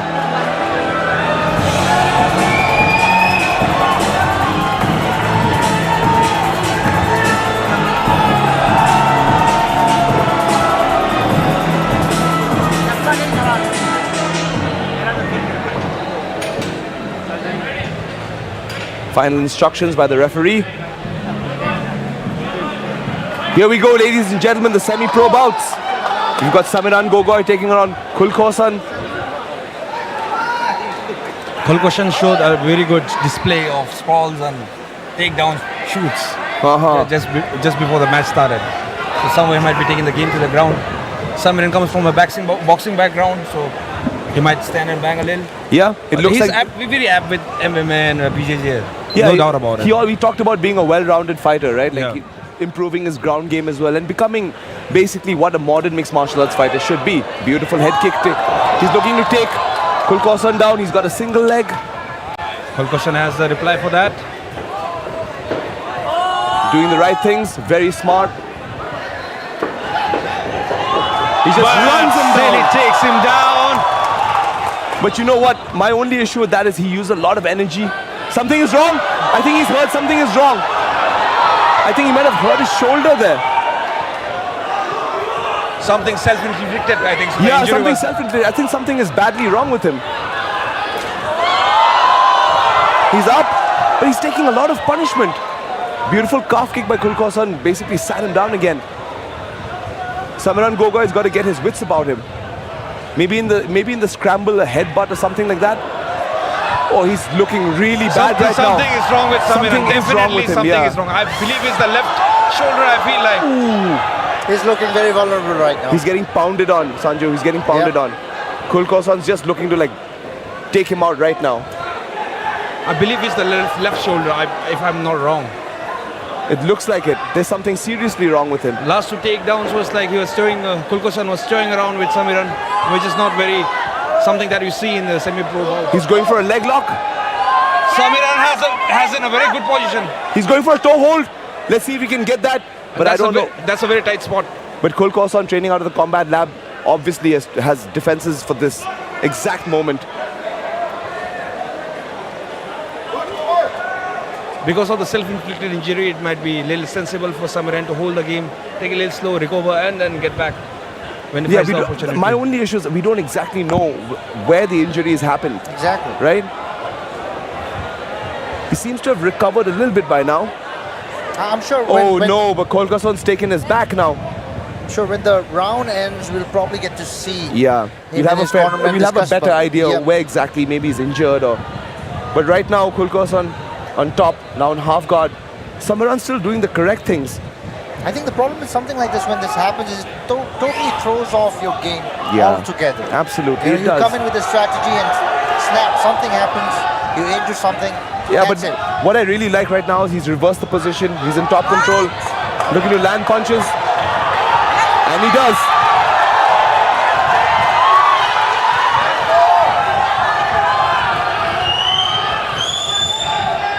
I like the fact that he's putting up Kulkosan against the cage, stopping his forward momentum.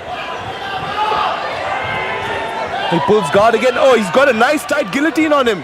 Let's see if he can finish it.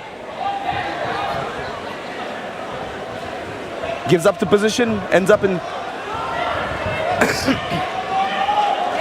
Samiran Gogoi in the turtle position right now. Gets put back right onto the mat. Suplex, didn't quite execute it well. Didn't get it quite well. I'm not sure, but it looks like Samiran somehow is vulnerable in the back of his head or something. I'm not exactly sure what's happened, but we'll see. We'll try and find out during the end of the round if there's any issues. We've got 6 seconds to go. He's a little protective towards his the back of his right side. I'm not exactly sure what's happened. I have told you it's a left shoulder. You think it's a left shoulder? Yeah. Did he? Yeah, you might be right. You might be right. Something is up with his left arm. Yeah. Something is up with his left arm.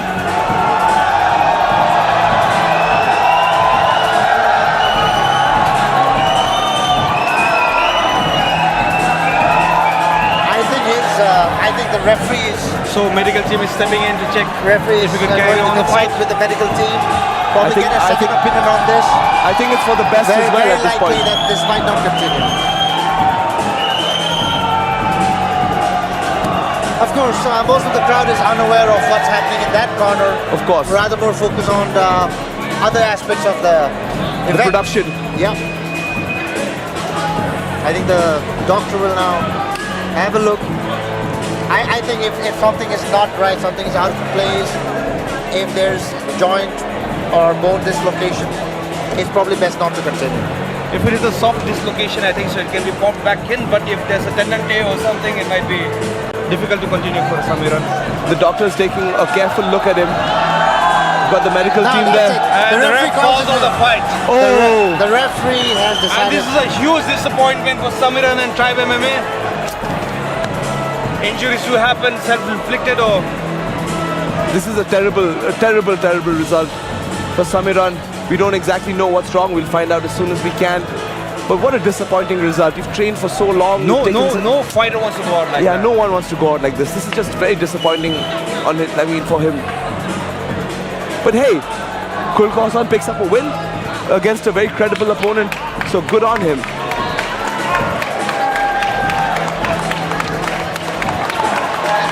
I feel like when he was taking a single leg, It could be something then might when have he went to the torn. ground. Yeah. I think the first takedown maybe from there, like because he was like rushing it, something might have popped, you know? and after that, the way he toyed around with Yeah. Samiran. So let's go to the announcer.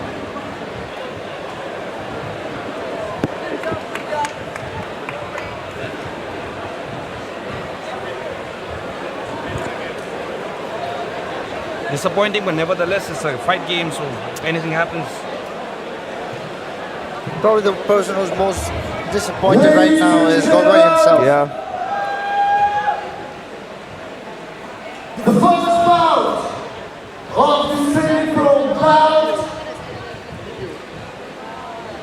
from the cage side, Dr. Score, winner by technical knockout, Dr. Stoppage from the blue corner.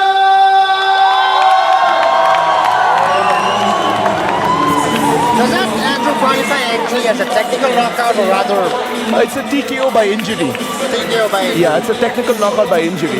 It's a huge win for Kulkarsan. Even however the game has went, it's a huge win for Kulkarsan. A win is a win is a win is a win. In a couple of years' time, no one's going to care how you won. Kulkarsan has been through rough times. He told us he trains in DCL because of the crisis that's going on in our neighboring sister state. We'll get a word from the fighter himself. I had a solo in that I've been trying to somehow train and also be a coach and come back to the sport. Somehow it's okay.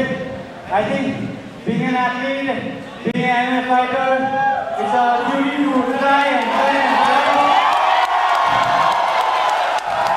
I tried my best to make the initial shoot I went. The initial shoot I went, I tried to take the back down, but I had to chase it and go left side. So I think I overextended that full. The third was too much. It was recovered, but it was not that much recovered. I guess I get to find it now. So this is a part of the game. I need to take some more time and get this, get my shoulder right. Oh God, I had so much to do today. I can't really express in my words how much of weapon and how much of tools there are in me. I would have loved to show. I tried, but the thing is, I couldn't make a base with my left hand. So every time he's trying to get me down, it's very easy for him, and it's difficult for me to cut up. And again, one thing is, from my side, for my brother, so, hello, Kisan. Sorry, I couldn't spell properly. But, guys, whatever we had the fire yesterday, that is all the sports spirit we have inside. When two fighters see each other, they try to challenge each other. That is the spirit we have in each other. And again, guys, I I would like to give everyone a humble request. My brother here has a message for his kid. So I have the same message for our brothers and sisters from Manipur and everyone. Guys, I have friends who are minded, who are cooking, and are differences and are awesome people. Don't know from where and how, all this conflict started. Where so many people died, so many people, so many children have become orphaned, so many houses are burned. We have a fighter who stands strong in there. And I pray to God, I pray to Almighty God, honor God over them, and because of all the people. Please stand together, fight for each other. Don't let all these communities burn your houses. This will take us nowhere. This will take us nowhere. Thank you so much. Ladies and gentlemen, starting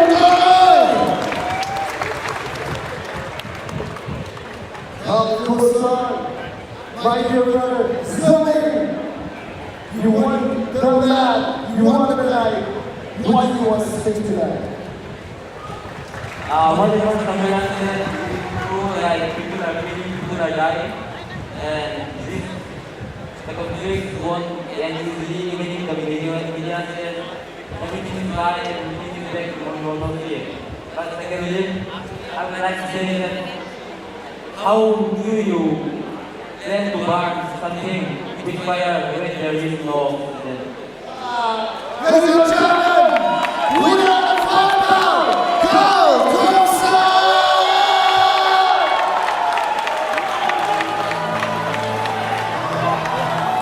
Beautiful message, Sanju. Yeah, indeed. From Gogoi, a message of, a request rather, even of love, peace, And unity. humanity, to get along and, live with each other, really. By Gogoi. Very well said. Thank you so much. All right, carry out bout number 2.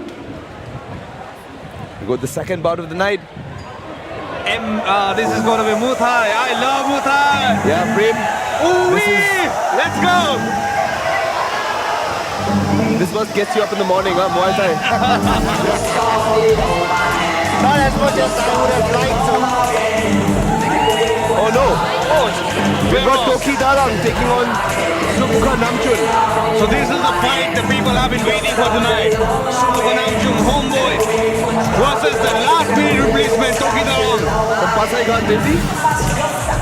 Akom Ligu was supposed to fight Sumukha. Akom Ligu pulled out because of injury or some other issues. Toki Darang, such a commendable guy. 2 days, fight notice, gets in his car from Pasaigan, comes to Namsai, all ready and set to go. No excuses. Yeah, boy looks ready to go. Comes on tried MMA. Started talking again to him before the fight. Started in 2021. Just loves this fight. Has that will to compete. And will try his best to put on a performance of the night. He understands that short notice replacement. But sometimes the short notice replacements are the best fights of the night.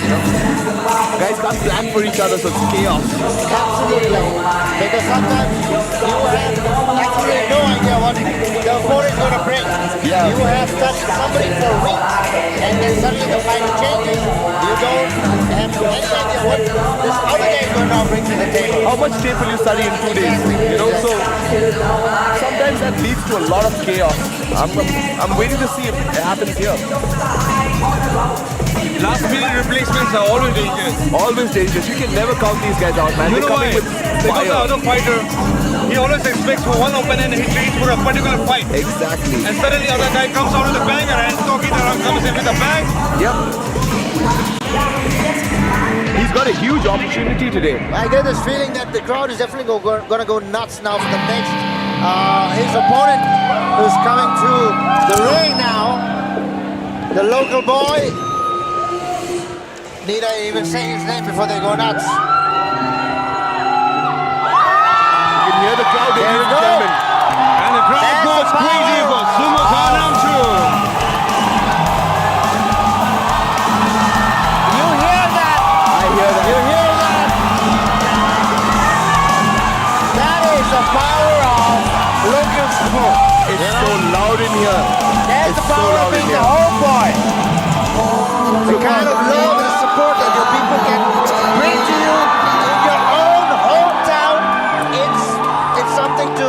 I mean, you have to see it to believe in it. Absolutely. Move from Muay Thai to mixed martial arts is looking to make a comeback, you know, and wants to fight to prove something to himself.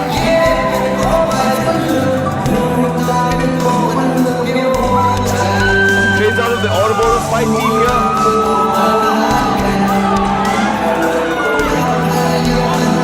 Even his entrance music is a company song, so that resonates with the crowd on a different level altogether. Local song, is it? Absolutely. The crowd absolutely going nuts. I can't wait to see what's going to happen with the final card, the final fight of the night, which also features a local boy. Namchoom making his way to the cage. The crowd has gone crazy. The crowd goes crazy. I mean, I can't hear I wish you myself. guys were here to witness this. There's so much noise that we're actually having a tough time even listening to ourselves. Exactly. Man, I gotta love that energy. The fight Namsai has been waiting for. Fighting out of the blue corner in flyweight, all the way from FMMAI. Okie dokie, dokie, down. And on the red corner, let's go! The son of the side. From Ouroboros, Namsai, Sumukha,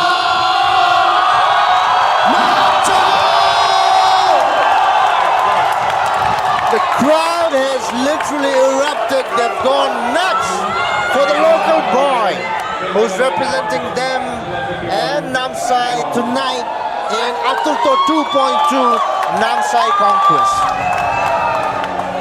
I have to say one thing, Andrew. Local support, it can work both ways, man. Yeah, sometimes too much pressure. Too you know? much pressure. Too much pressure. I think we saw a prime example of that in the last iteration of ATURTO, if you remember.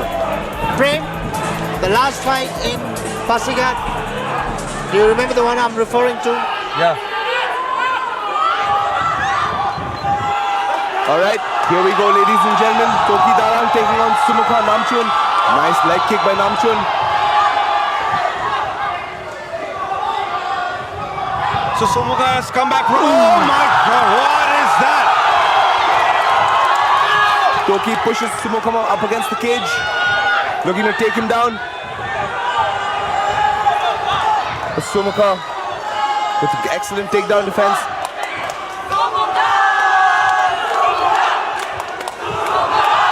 As you can hear, the crowd is chanting and they're cheering going him on. crazy for Sumukha. Totally makes sense. He's doing the right thing though, taking the underhook, turning the opponent to the cage. Toki Darang smart, going to the legs now. I feel like Toki is gonna take him to the ground, take the ground game. He wants to, clearly. And what he should be careful of the knees that are coming from Thailand. Yeah. And he manages to get him down. Oh, beautiful, beautiful work by Sumukha, locking in a triangle choke. Looking for a triangle. He's cutting the angle. That's what I keep saying. He's cutting the angle. This is a beautiful choke. He needs to pull the head down. He's almost got it. Move to the armbar. Yes! Yes! No, he's not got it as yet. No, Toki is... He can still look for an armbar from this position. No, the reason why he's unable to get it is because the elbow joint is moved up. Okay. You got it, you got it, you got it!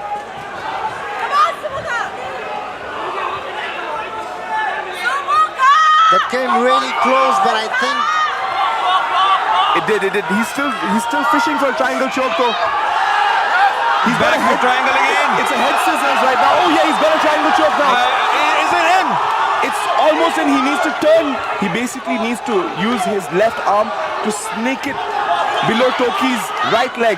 And that would allow him to basically use that pressure to twist and cut off the circulation. Toki really needs to try and do something to get out of that position. Well, I mean, he's pounding him the right way.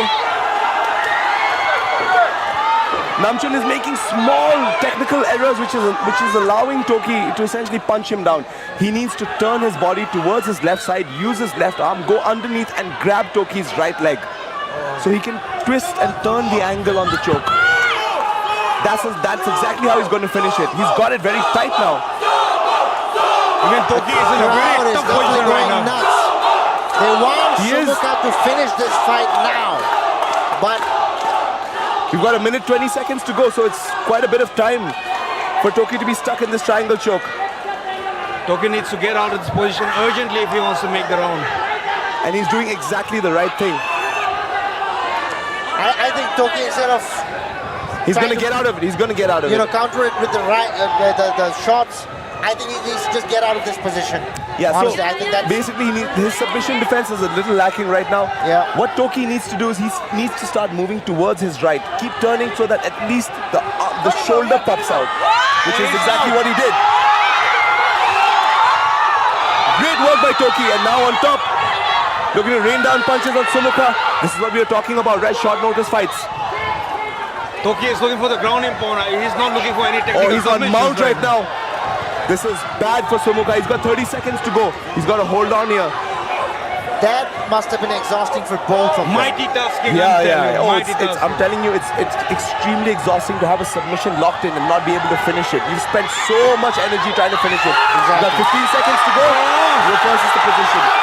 There's a beautiful reversal. The crowd is just going wild, cheering for every move that Sumukha is making. Obviously. They really want him to finish this fight now. Yeah. But it's definitely going to go on to the next round for sure. A takedown in the last second. That was... The crowd has gone crazy. That was intense. Both of them. That was intense. But very, very close. Gutsy performance by Toki to not tap when the triangle is completely locked in. Sumukha just needs to change a few other things, just a small detail here and then he would have gotten the triangle choke. I hope his teammates are telling him exactly that right now. Very likely, I think, going by the body language, that's exactly probably what they're conveying to them right now. Yep. And that's the thing, you almost got it. He just had to take care of this. I don't know, man. This looks like this is going to be intense. Sumukha definitely has the local crowd behind him, but sometimes this is what spurs the opponent on as well. That's a beautiful triangle choke setup there, you see. And right here, he should have cut the angle. And when he cuts the angle, that's when he gets the choke, pull the head down.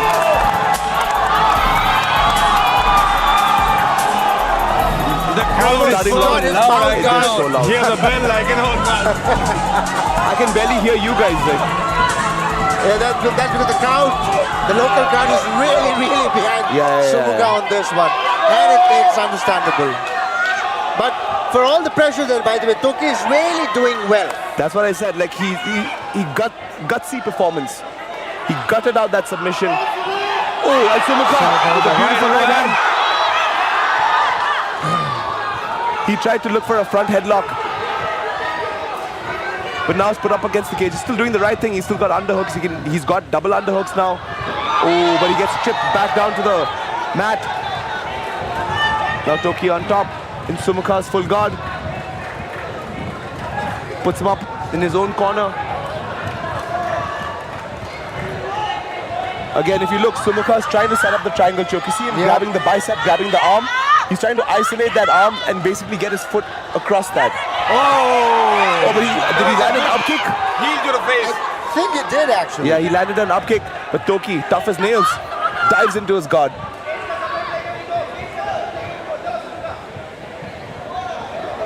Toki is in the game like he has a point to prove tonight. Yeah, he clearly does. 2 days short notice fight. Another up kick, I think, that planted in his face, and Toki did not like that at all. No, but he still dives straight back into guard. Again, he's setting up the same triangle choke. He better finish it correctly this time. But no, Toki, smart with his defense now, ends up in side control with almost a crucifix position. You see, he's pinned his left arm down.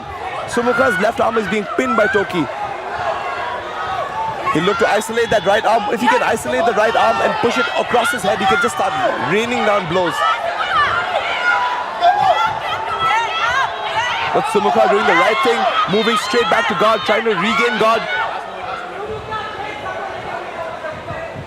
Looking to set up a triangle choke again. But Toki is wise to it this time again. Moves straight to side control with a knee on the neck. Oof. Come on, get up, get up, get up! As you can hear, the people behind me are losing it, screaming for Sumukha to get up.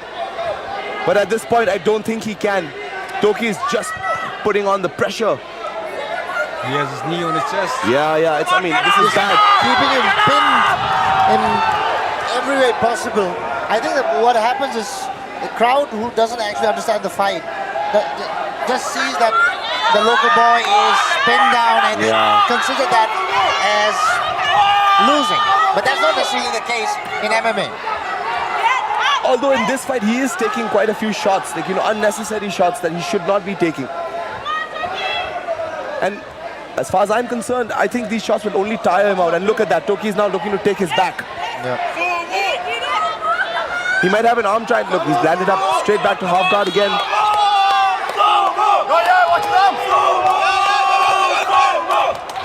All Toki needs to do is he needs to knee slice his left knee and he'll jump straight into mount. Because that open half guard is he's moved straight to mount. Looking for an armbar. Beautiful setup for armbar. And he's got it to tight. Oh, he's out of it. Beautiful escape. Almost got an armbar. No, let's start it back. Oh, but Toki Dara not giving Sumukha any time to rest. No, they're going to stand and bang. Oh, they're going to stand up. Sumukha with an uppercut. Beautiful uppercut. Oh, this is going crazy, ladies and gentlemen. Crowd is going wild. The crowd is losing their minds.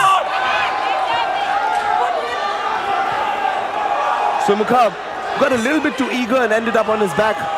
Toki with a nice takedown. Toki has so many chances to capitalize. Yeah. But right now he's not showing any. I would think that also Sumukha is a bit ring rusted, like he was talking about not fighting for a long time, right? Yep. And this was something to prove to himself that he could still do it. I mean, he's tough as nails. We're going into the third round now. Toki is also quite exhausted. Yeah, I mean, oh my God, he's tired. He has been forward. There was no stepping back in the game. Absolutely no stepping back. Both these guys are going forward. I mean, they both look like they were close to finishing the fight at different points of time, in each round. The triangle choke was very tight in round one. Just a few technical details, he would have gotten it. The second round, Toki on top, laying down punishment. What a fight! Then all comes down to the third round, right? Who really wants it? Toki is coming out of both of them. Toki is coming out with more of the bruteness. Yes. He looks like he has something to prove, And although Namchoom looks like he has something to prove as well, it really could be the ring rust, not being in there for such a long time.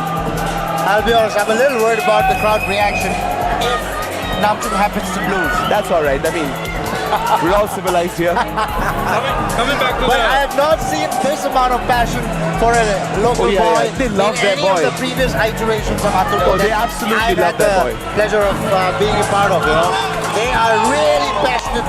They're 100% behind him. Yes. And like I said, it's a double-edged sword. It can work both ways, really. Now I want to see some knees. Oh, beautiful calf kick. Checked by Namchoom. Very well checked, actually. Yes. Again shooting for a takedown. Right into the cage. Oh, back down again. What Sumukha needs to do now is he needs to put his feet on Toki's hips and push him off as hard as he can and use that to springboard himself up to his feet. Because right now, in the eyes of many judges, he's losing the fight. And Toki's almost past to half guard. His knee slid right through Sumukha's leg, right leg. I think Sumukha is bleeding from the corner of his left eye, I believe. There's a bit of that wound as well on his elbow. Near his right elbow. Yeah. Although that's not as much concern. Yeah. I don't think there's anything to be worried about. Sumukha trying to regain guard, but he gets mounted by Toki. He's in a bad position right now. Toki is in mount. As soon as he postures up, he's going to start laying bombs on Sumukha. He's looking for the RNC now. He almost has it. He's got it. It looks like it's locked in. I think so. It's over. No, but Sumukha's fighting it. And I think Toki is moving to the short choke right now. Yes, he is.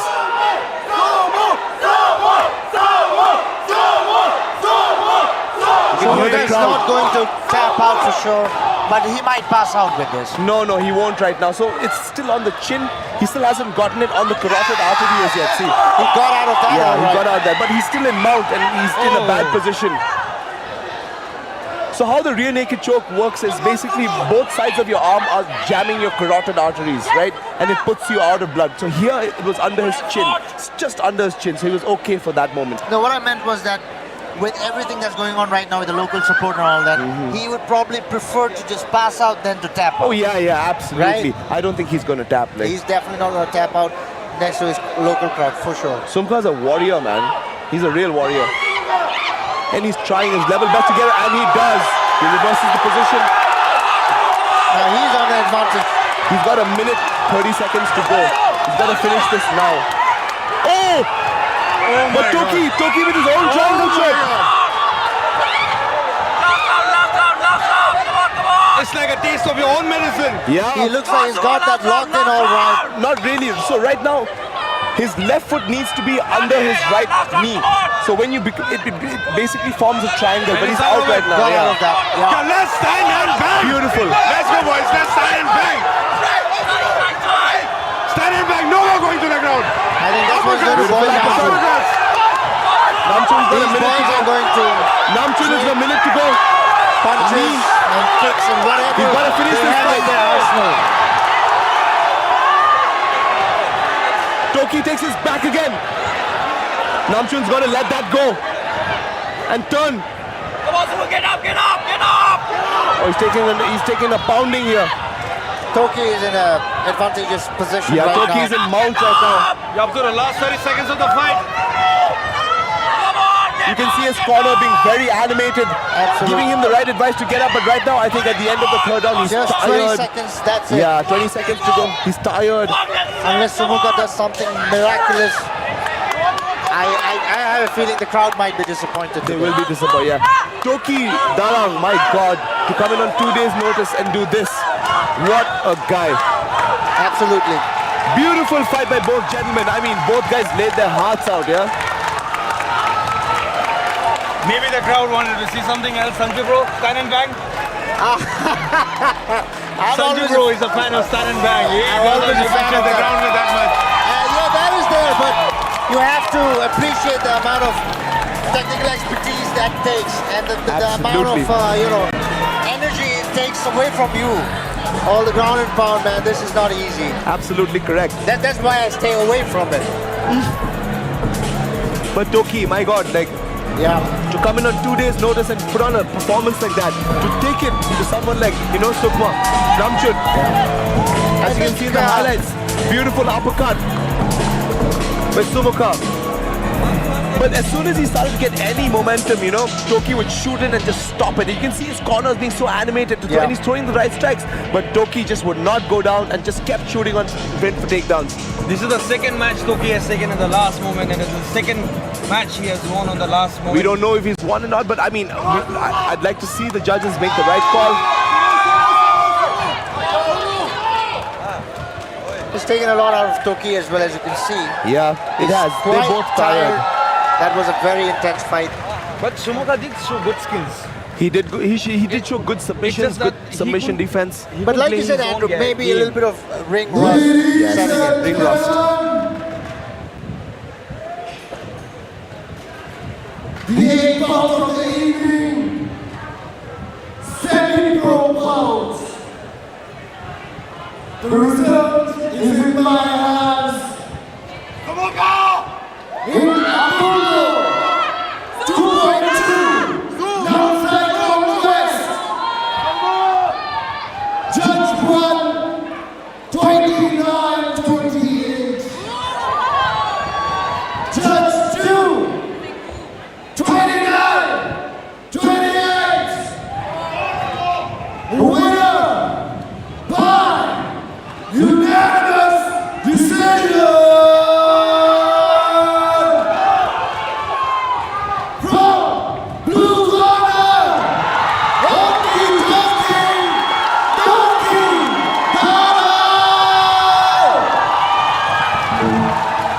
impressive win by Toki. 2 days to come in and do this to an experienced fighter like Namchoom. Very disappointing for him, but hey, Namchoom showed off great skills and even in a loss. But the night belongs to Toki Dara for sure. Absolutely. I think anyone who knows anything about fighting knows Toki has this one. Yeah. What do you want to say about the fight? And if there's anything you would want to say to Namsai? Wow, sorry. That's okay, no problem,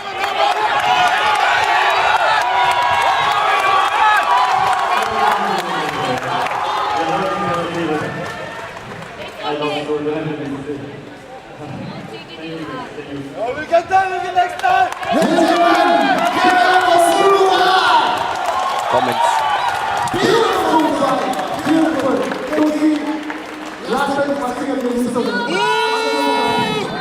Toki, beautiful. Toki, careful.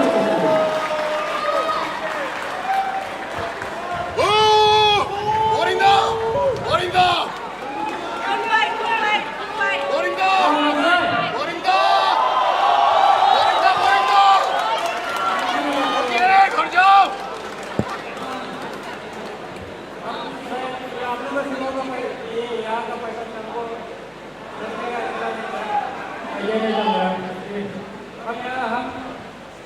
अपना इसको wait में लेके गए पर हमको नहीं मिला opponent तो इसका ओपोनेंट चला गया बोले फुल क्लोज कर दे इसलिए हमारे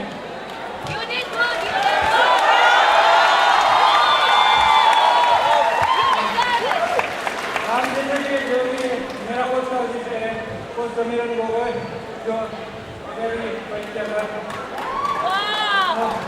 और कुछ नहीं बोलना है हमको Toki, Toki! Toki, Toki!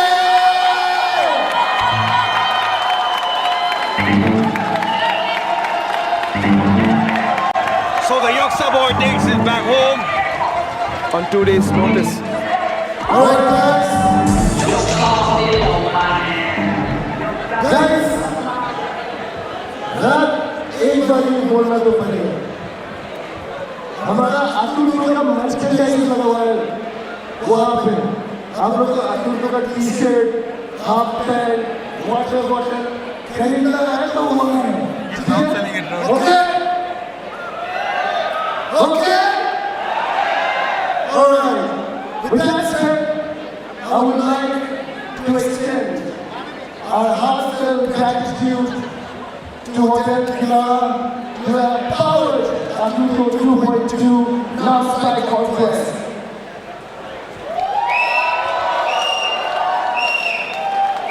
We are happy to have Himalayan Watchdog as our media partner. Arunachal Express as our media partner in Facebook. You guys are awesome.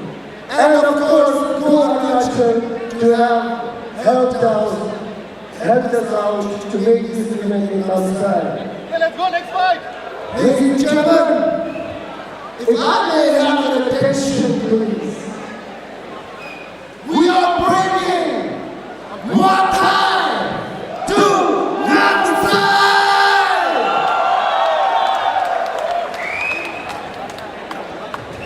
So, let us have this beautiful evening. Can we have the fighters?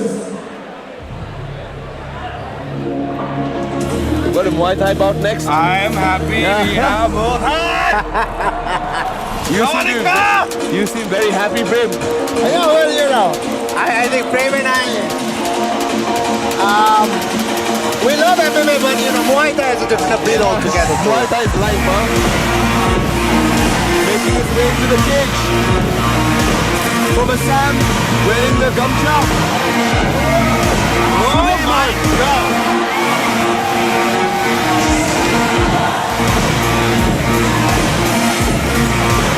Suleiman, a big fan of Macau. Because he's getting daytime. Suleiman is a as I would say, a self-made Muay Thai fighter. He is the inspiration in his place. He comes in with heavy hard. Lots of things have gone wrong for him. He was talking about this is his time to shine, his time to show exactly who he is, his skills, the things he's picked up over the years. We talked to him in the morning and he seemed very motivated to come here and really put on a show. And what we found out is like he's sensitive but he's strong. Yeah, sensitive but strong, huh? That's a very good combination to have to like push past all the obstacles that you get in your life. Correct.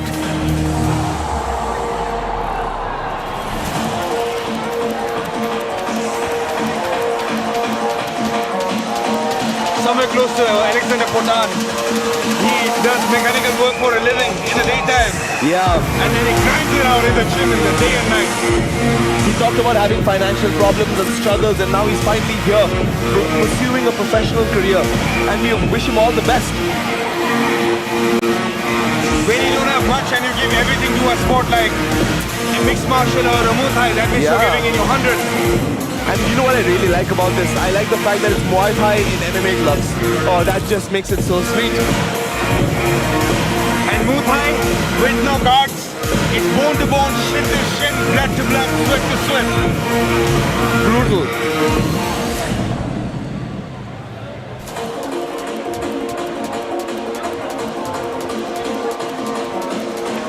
I really love the amount of tradition and the respect that Muay Thai brings with itself. That culture of respect that Muay Thai promotes. I mean, it's one of the literally the deadliest martial arts there is. But if you ever see any of the Muay Thai fighters, the amount of respect that they have for the tradition, for fighting, for their opponent, that is what I think is one of the biggest charms. And now in the red corner we have Mr. Robin Diori. This is the second fight with ATURTO, I believe. They put up a good show but lost a couple of margin against Jowkhum Dili, who's a very good fighter. So this is the second chance for Robin Diori to prove his Muay Thai skills here in ATURTO with us. And special mention goes out to Diorimo. I'll see you in Danagar. Miss you, bro. And yes, Ning, we wait for you to come back from Thailand and put our banger in ATURTO again. Yes, I'm talking to Mr. Ning Gogoy.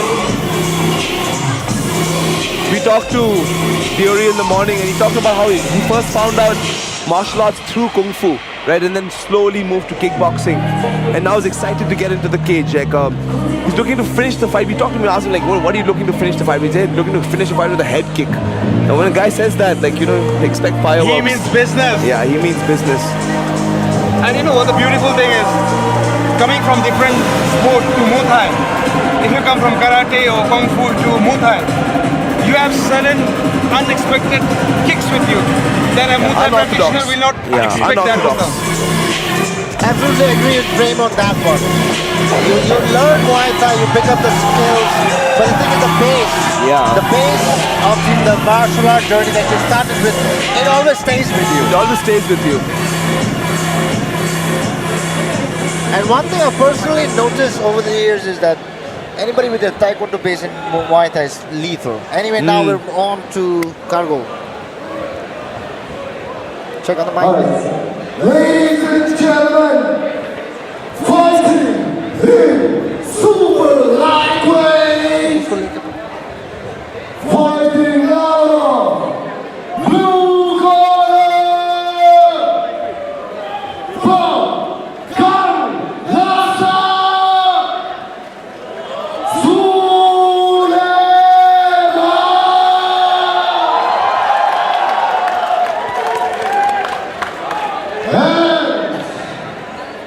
fighting out of red corner, from Namsai,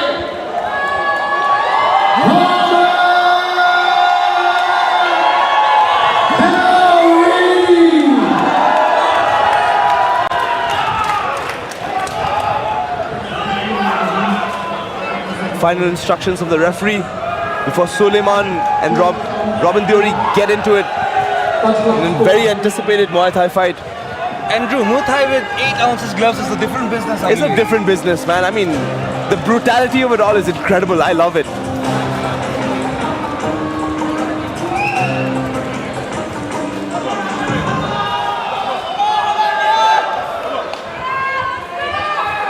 I'll be surprised if this fight doesn't end in a knockout. Well, that's the thing about Muay Thai fights. You want them to end in knockouts. Yeah. The only problem with Muay Thai with fighting in an octagon or a hexagon, there's nowhere to run. Nowhere to run. Nowhere to. And plus, you can't have that rope-a-dope kind of defense. Yeah. Defense. So if they get to the cage, it's going to be clinch and elbows. You know, the first thing I'm noticing in this matchup is Robin is like half a foot taller than Sulaiman. Has got such a long reach. Absolutely. That plays into a big advantage. That's a hard tip in the right timing by Sulaiman. Robin's got the range. People are going, Robin is Boyka. Ah. And he is Bakao. He's Bakao and Boyka. The two Bs. Oh, nice. I like that. I like how he caught the body kick and just started kicking the outside leg. Ooh. That didn't quite connect. That hit right on the kneecap, like. Both guys testing each other out, finding each other's range. I think Deori definitely has an advantage in he's the range department. He's so much taller. He's using his kicks correctly. Absolutely. Keeping Sulaiman at the end of his kicks. Sulaiman can capitalize with his punches if he gets inside his range. Yeah, I think that's exactly what he's trying to do. But Robin is so tall and so long, it's a little difficult, right?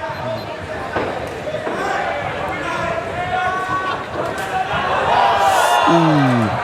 Those slapping leg kicks really hurt, not to the I thigh. felt that one. It hurts. Both guys bringing the heat.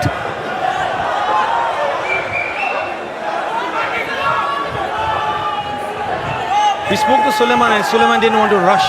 Yeah, he said he wanted to take his time to show off the true art of Muay Thai, right?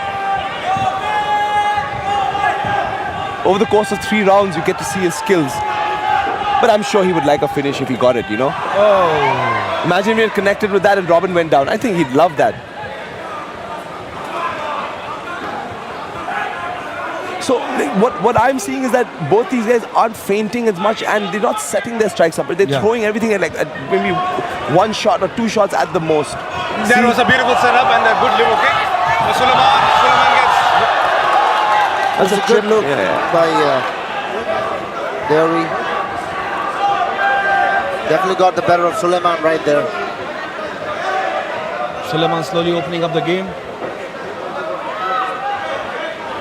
A shorter fighter to get in the range, I think so. He should be using a lot of feints and fakes. Yes, a lot of feints and fakes and a lot of head movement. But you know, one thing I've noticed that Muay Thai has always had a problem with fighters. Muay Thai have always a problem with their hands. You know, like their boxing isn't as good as their kicking game or their clinch game or their knee game, which is what causes the downfall of a lot of Muay Thai fighters. Unlike boxing, in Muay Thai you don't put in much of your hip during your punches. Yeah.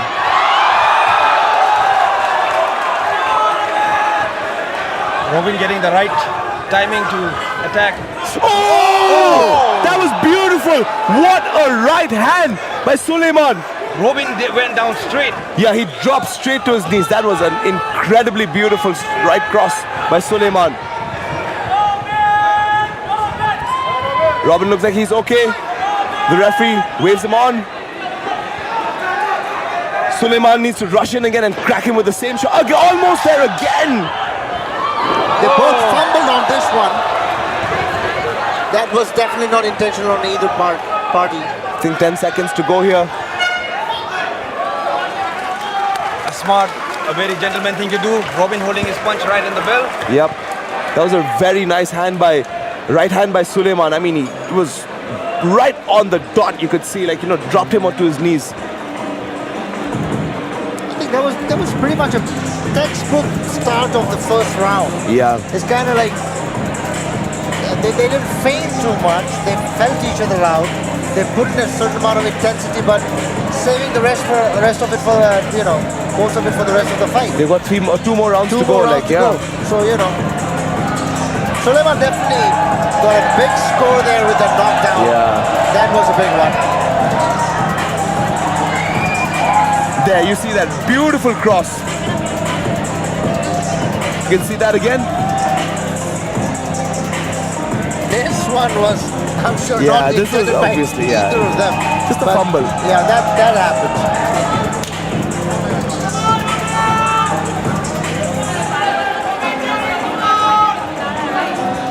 The smaller gloves definitely play into the whole fighting aspect of things. It's not like a traditional Muay Thai. Yeah. You know, the way you would see it. It definitely allows a little bit of freedom to it. It's not just that. Like, what happens when you use like big 16-ounce gloves is when you cover up your head, because they're 16 ounces, like, it takes up a lot of space. Right. But with small MMA gloves, there's very little room for error. Beautiful. Suleiman is doing a great job. That was a very good He's really showing off his skills, man. I mean, I'm very impressed by his striking skills. Now I believe he'll be pushing up his game. Yes. He'll take the center ring. He's not going to go back much. Robin needs to set up something he has not done as of yet. I would like to see Suleiman feint and then maybe crack Robin again with that right hand, because that right hand is money.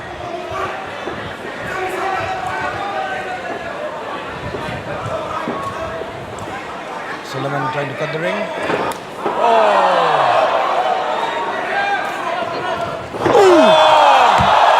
That was a banger straight to the chest. Straight to the chest. It knocked the wind out of him. After he got his wind out and he fell down right on his back. Yeah. I would like to see a little bit more lateral movement. As soon as I said he tried to do it, a little bit more lateral movement from Suleiman. Yeah, I feel like... Yeah. So the thing is, the distance of Robin is short. You know, because he's so tall and he has a range. Again, you see that right hand, that right cross. If he can set up, he's moved southpaw now. He has an open body shot.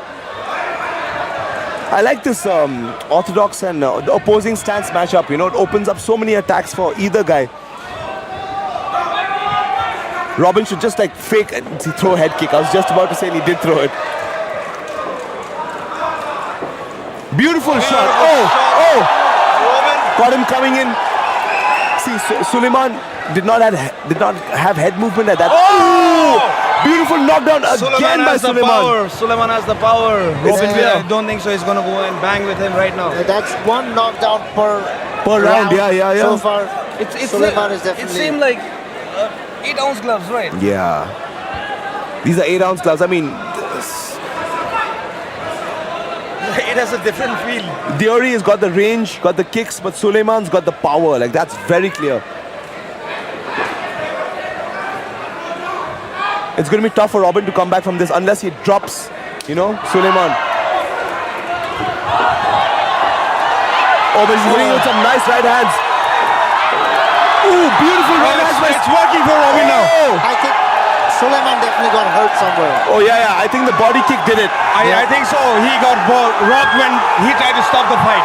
Yeah. He's good. Referee Jitendra Khare with the 10 count. Suleiman looks okay, hands up, ready to go. I think it's a fight. Robin wants to capitalize. Now's the time. Oh yeah, he needs to capitalize right now. I was about to say that. Robin needs to set up his attacks with his tip. Oh, but he's going for it, man. Oh, he's absolutely going for it. Suleiman is getting stuck in Robin's game. Oh, beautiful shot. Again, both these guys are just going at it. Boys, you can open your elbows and your knees. You can do it. 35 more seconds. If anybody wants to pull another knockdown. Second knockdown for Robin. 2 knockdowns each. 2 knockdowns each. Going in equal pace. That one hurt Suleiman again. Yeah, that really hurt him. You can see he's a little bit dazed. Yeah. But 10 seconds to go. Robin is just looking to lay on the punishment. I think that's almost done. He's done. It's done. He got punched in the back of the head. He was making a call. It's done. Beautiful work by Robin to come back. So Robin Diori does it for his hometown. He's not a disappointment for Namsai tonight. He made it. What a battle, Prem. What a battle. After getting rocked twice. Still hurt actually. Yeah. Something's hurt. Shoulder. Not sure if he got hit somewhere where he should, but still definitely. It's been a bad night for left shoulders because there's two guys, like, you know, both of them hurt in the left shoulder. Now what Robin Jury did tonight is payback with interest. Payback with interest. He got rocked down twice, he rocked him up thrice. Yeah. Dropped him the third time, yeah. Won the fight in the second round. Yeah. Like, he basically invited a firefight and went for it, you know. I gotta give it to Robin, man, but Suleiman as well. I mean, both guys put on an excellent show. There are no losers in this fight. None whatsoever. It must be heartbreaking for Suleiman as well to have to give up a fight this It really is. You know, it goes to show that these guys go through such a hard time. They've trained so hard.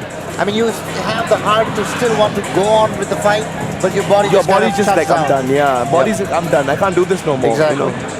I really feel for these guys, man. I really do. Yeah. There was heat. There was blood. We fought Muay to Namsai. The results are in.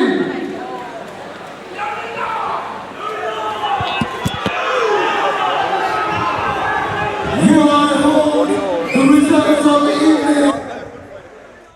Winner by technical knockouts and referee stoppage. In the red corner,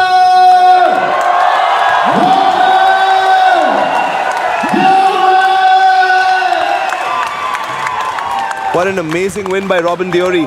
Really showed off a fighter's heart. tough fight. What happened?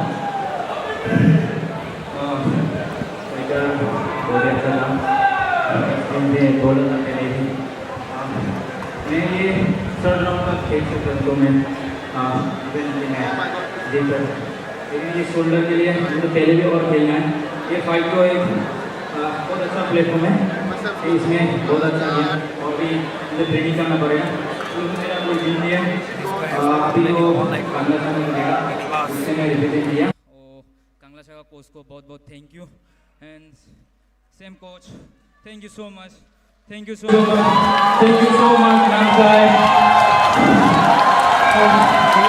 मैं और चाहूँगा कि next time भी मैं अच्छा performance कर पाऊँ अच्छा ट्रेनिंग करके तो आपको दुआ चाहिए thank you so much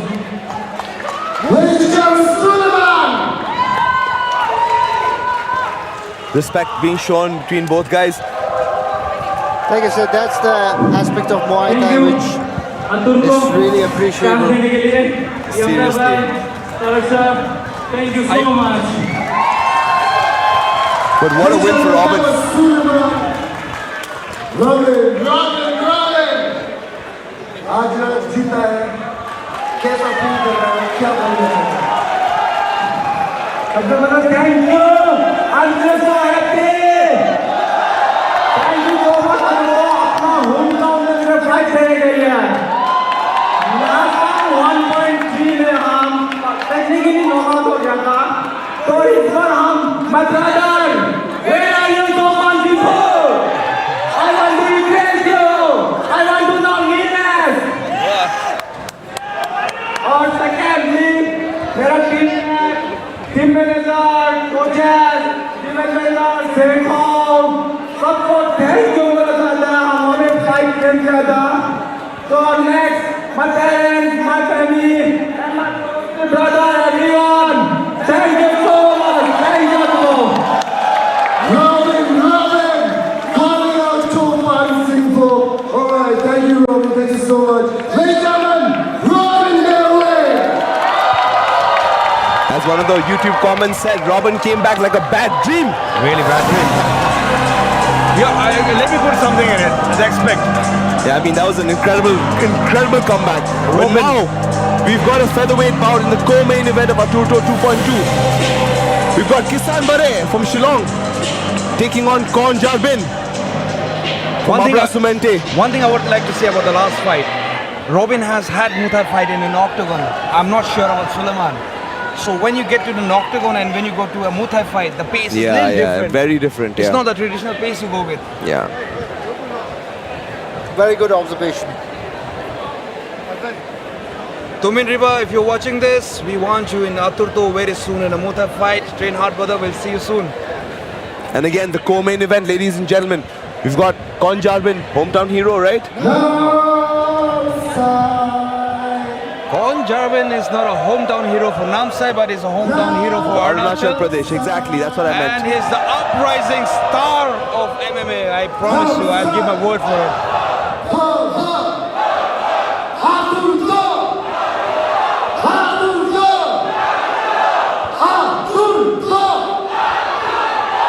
Fantastic! Alright.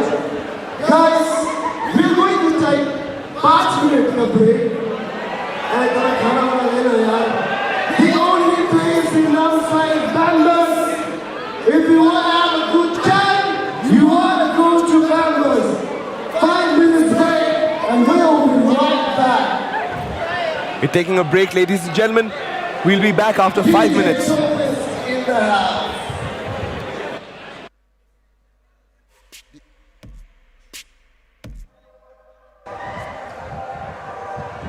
Ladies and gentlemen, just a small break. We'll be back in 5 minutes. The two main event, the co-cards, still coming up, still on its way. We still have the featherweight fight between Kisan Bareh and Jarbin, and the final fight of the night, Nazareth Lalthazuala versus the local boy Jowkhum Dili, Singpho, in a while. Just a short break and we'll be back with you again. Thank you.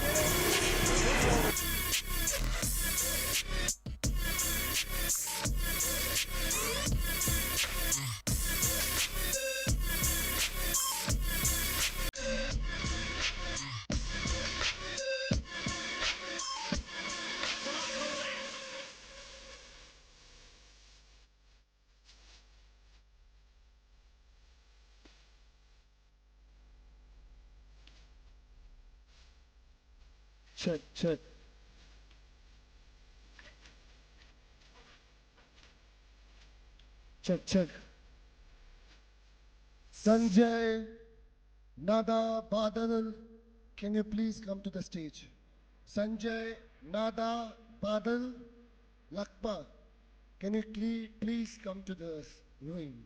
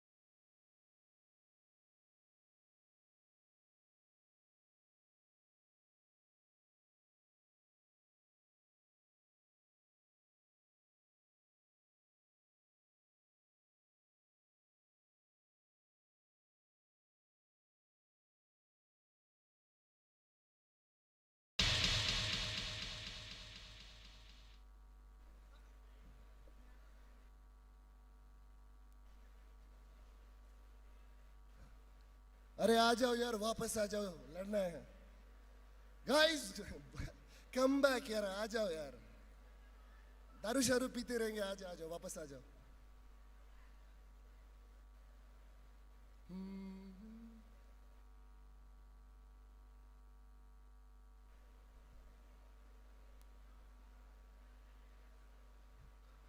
Ladies and gentlemen, we'll be starting our co-main event.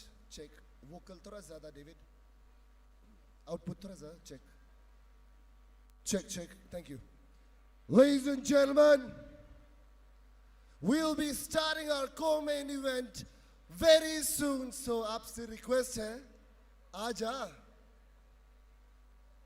You know, I would like to take this opportunity.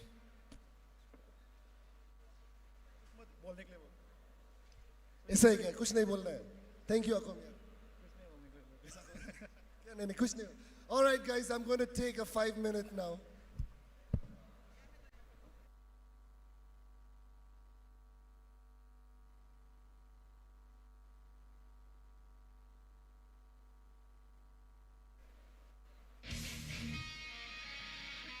Guys, all eyes on screen. ATURTO 2.2 का co-main event में हम लोग का first fighter है कौन, जार्बिन.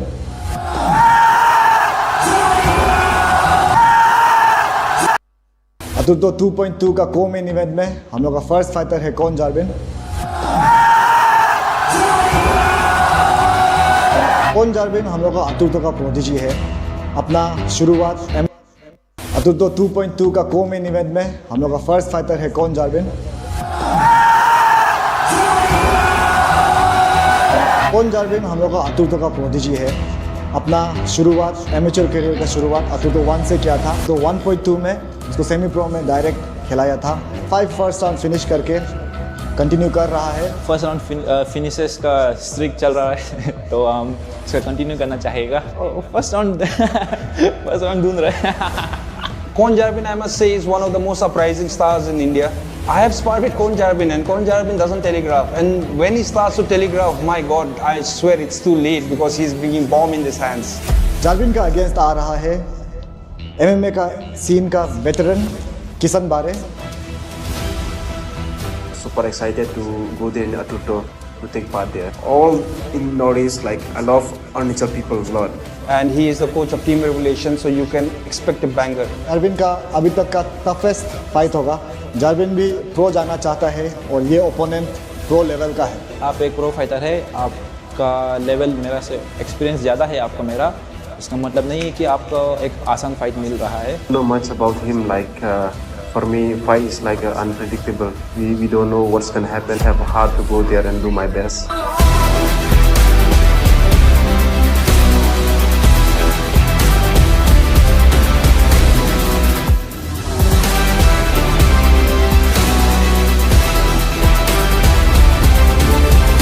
Expect कर सकता है एक बहुत सुंदर परफॉर्मेंस एक्सपेक्ट कर सकता है. आपका पैसा वसूल होगा.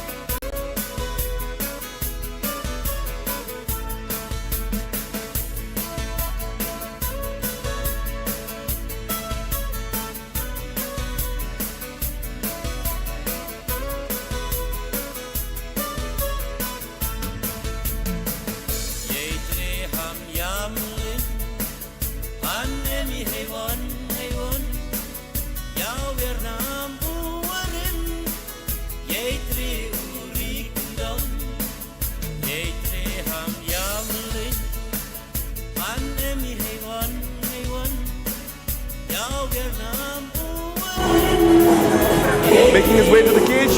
Final preparations from the referee. This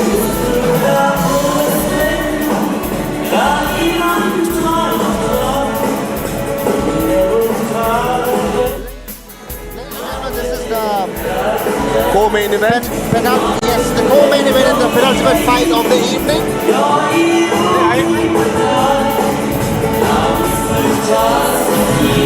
say, I like the song of Kisan's in entrance. It's a local Khasi song. Khasi people watching it, can you please comment which song it is? I would really like to listen to it on my way back after this event.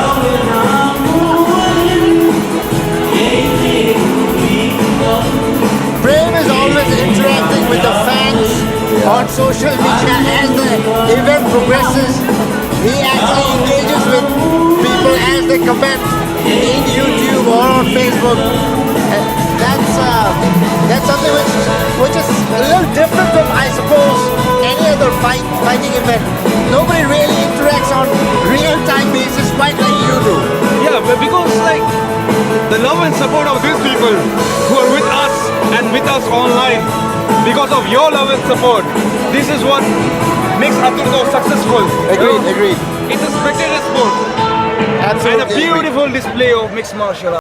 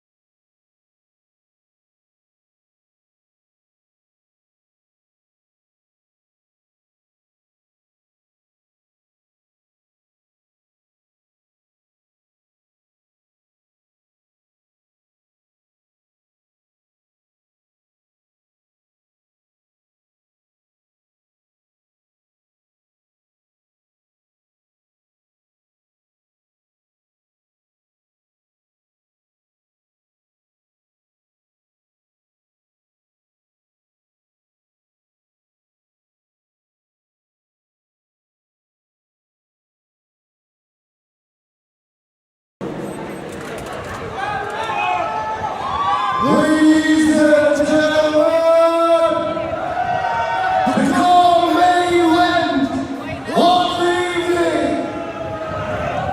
In your town, Namsai,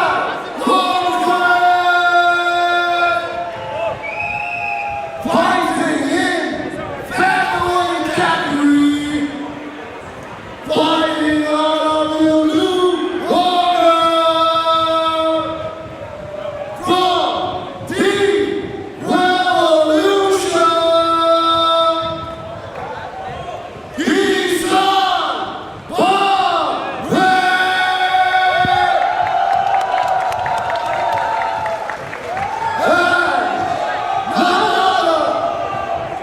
Fighting louder, red corner, from Wabra Surrender.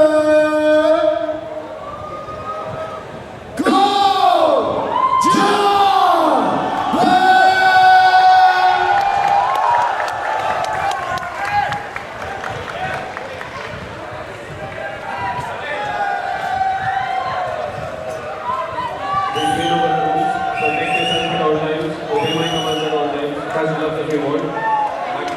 Final instructions by the referee.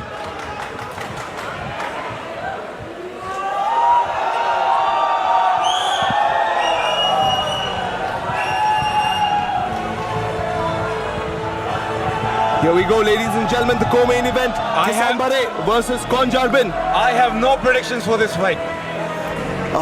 It's tough to call, like. It's a real tough fight to call. But we'll find out soon enough in the next couple of seconds. Here we go, ladies and gentlemen, the co-main event. Nice power. Beautiful calf kick by Jarbin. Beautiful check too.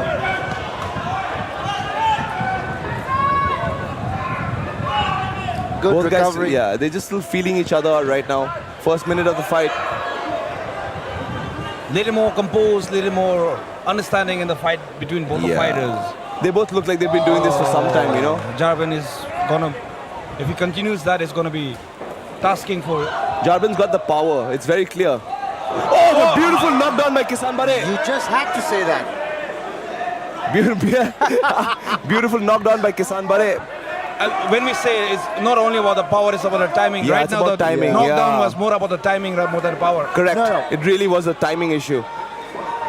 And you can see Kisan is relaxed.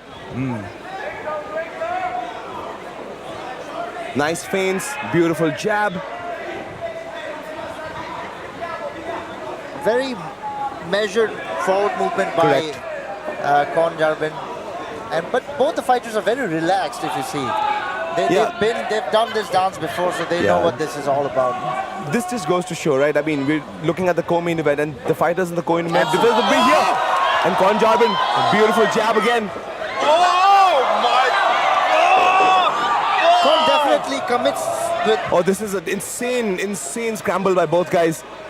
He just lunges and just commits with a variety of combinations there. But beautiful takedown by Kisan, right into half guard. This guy's going to test Jarbin today. It's a good test for Jarbin to see. Yeah, definitely. Yeah, if he's at that level, right? In the sense of experience, you can see Kisan is showing more experience, the calmness, the composure in the fight. Yeah. He's not rushing also. He has not rushed till now. He's fighting the perfect mixed martial arts fight for what he needs to do right now to Jarbin. Jarbin is powerful, he's fast, he's strong, and what he's doing is he's kind of neutralizing his power right now, right? Putting him up against the cage. These are the kind of fights when you don't lose, you just learn. Dude, and that you was grow. a beautiful trip takedown. Beautiful trip takedown. Straight to mount. But Jarbin is strong. Like you can see, like, you know, the strength of Jarbin just reverses the position. Now Kisan is in guard. He's doing the right thing. He's putting his foot on the hips. Any wrong movements on the ground is going to be. Yeah, this is going to be bad for him. Yeah, I mean, it depends on how Jarbin now decides to ground and pound, right? Beautiful. Oof. Came out of it. Jarbin wants to take the game back on the. Oh, that was hard. Back on the feet. With a minute to go in the first round, both fighters have had ebbs and flows. With Kisan with a knockdown, Jarbin with a takedown reversal. It's quite an even, well-matched fight, you know? Absolutely. And you can see that these guys, I like the fact that they are very measured so far in the fight. Nobody's really rushing into anything. They're very calm, very composed, but still throwing bombs. Yep. Kisan, very good boxing defense. Yeah, very good boxing defense right now. Hasn't taken too much damage. Tried for something spectacular. It's a hit and miss and did miss. But 15 seconds to go in round one. Oh, slip. Oh, Jarbin now with heavy strikes. But beautiful work by Kisan. What an excellent first round. What an excellent first round. What a round. So much transpired in that the last round, right?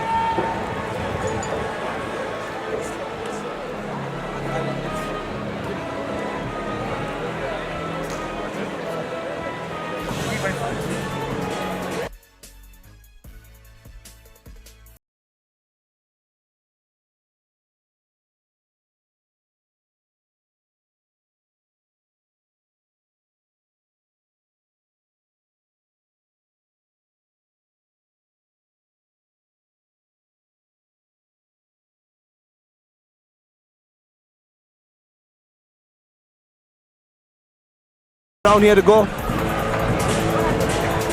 Jarbin pushed to the second round, what, for the first time? Was Jarbin bleeding from his nose a little? Yeah, I mean, it looks like that. It looks like that. Now, what I want to do is, this is the first time Jarbin has been pushed to the second round. Now we get to see his mettle, his true fighter spirit, right? Because Kisan is a veteran and he's fighting like that. Absolutely. And I think it's good to be challenged that way. Yes, of Otherwise course. you don't quite grow as a fighter, right? You don't. You like to see, high intensity fights which you get over probably in the first round, but maybe as a fighter it doesn't quite help you grow. The more cage time you spend, the more you get comfortable inside the cage. It's as simple as that, right? Exactly. But now we're in the second round. Kisan Bareh versus Jarbin, the co-main event of ATURTO 2.2. Here Namsai. Nice straight punches. Nice calf kick by Jarbin. And those are some hard calf kicks. Yep. Ooh, nice uppercut by Jarbin.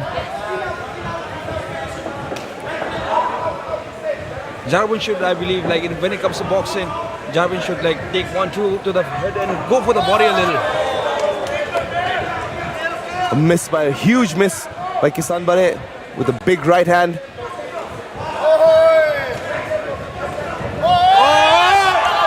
Body! He's laying on the punishment now. Both guys are going at it.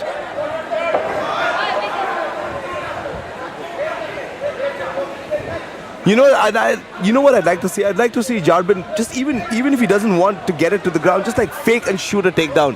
Just so that Kisan has that, to worry about. Because right now, Jarbin is still on his feet and still looking to strike on his feet. Definitely. I would say mix the martial arts up, which is what Kisan tried to do, right? He took him down, fought on the feet as well, wrestled him, attempted maybe submissions.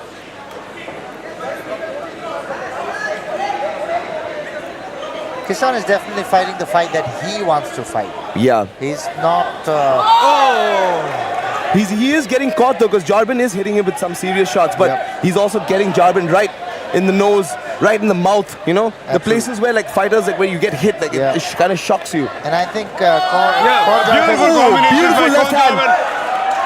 There's beautiful combination there by Jarbin. Beautiful right hand. Oh my God. Oh, and he's laying on the punishment. Body shots. But Very Kisan, a smart true move by veteran. Kisan to take it in the grappling position again, but Jarbin seems to be the younger fighter. Delayed response from Kisan, to be honest. He looks a little bit tired. I think he's bleeding from his nose now. He's taken a few shots. Right, Korn is bleeding from his nose. So it looks like Kisan is bleeding from his nose and mouth as well. Beautiful. Big takedown. Right in front of Kisan's corner. Kisan now bleeding. Looking a little fatigued. A little bit. Once you start bleeding from your nose, you have to breathe from your mouth. Yeah. And that gasses you out faster. Yeah, seriously, and the blood starts flowing to the back of your throat. It's a horrible feeling, yeah.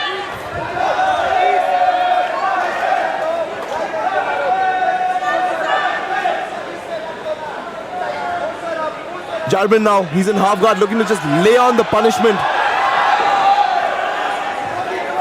Is this the first blood for tonight?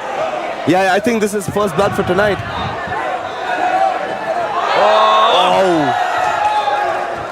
Jarbin diving straight into Kisan's guard, and Kisan very smart. He puts his butterfly hook in. He needs to use that right leg. Very good work by Kisan Bareh. But again, he's stuck at the cage, so he's not going to be able to turn Jarbin as easy as he could maybe in the open mat, Even if he was to sweep. This is a bad position for Kisan to be in, but he's got 20 seconds to go. If he can hold on, he can make it to the third round. But Jarbin's looking for a dash choke here. He's got the arm underneath the Everyone armpit. is calling for the knee.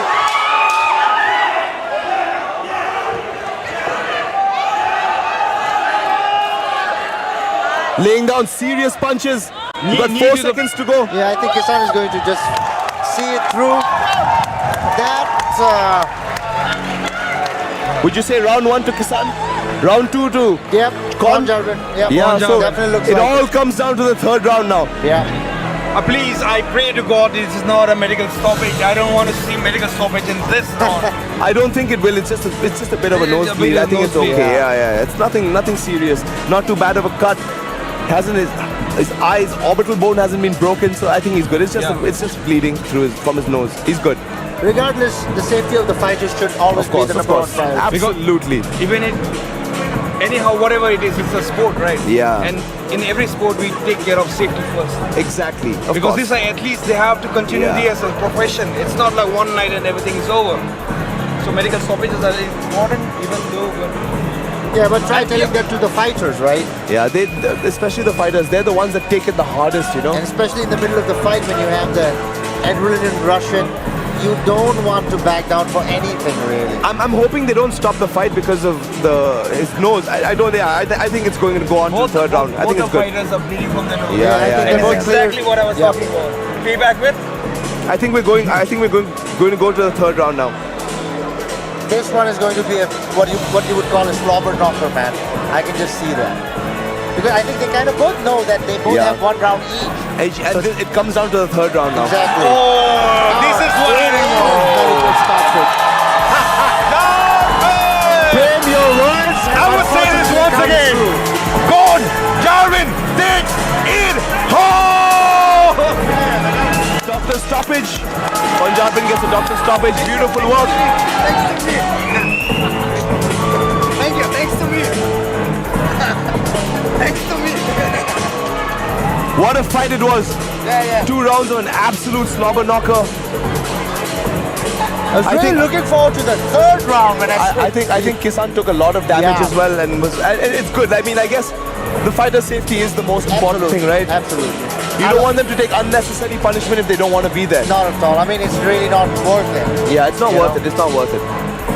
Live to fight another day. Absolutely. They're young. They have a whole career ahead of them.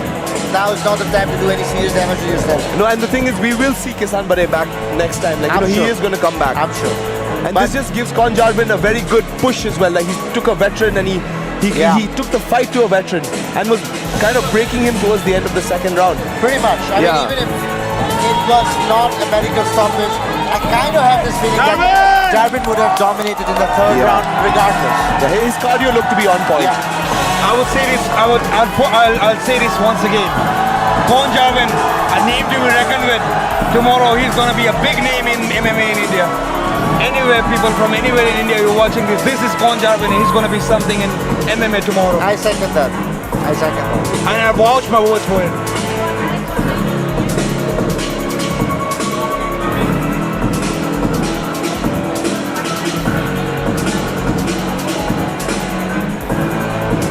Namsai! The result is out! Your winner! Because the blue card could not come out on round 3. Your winner by technical knockouts by every stoppage!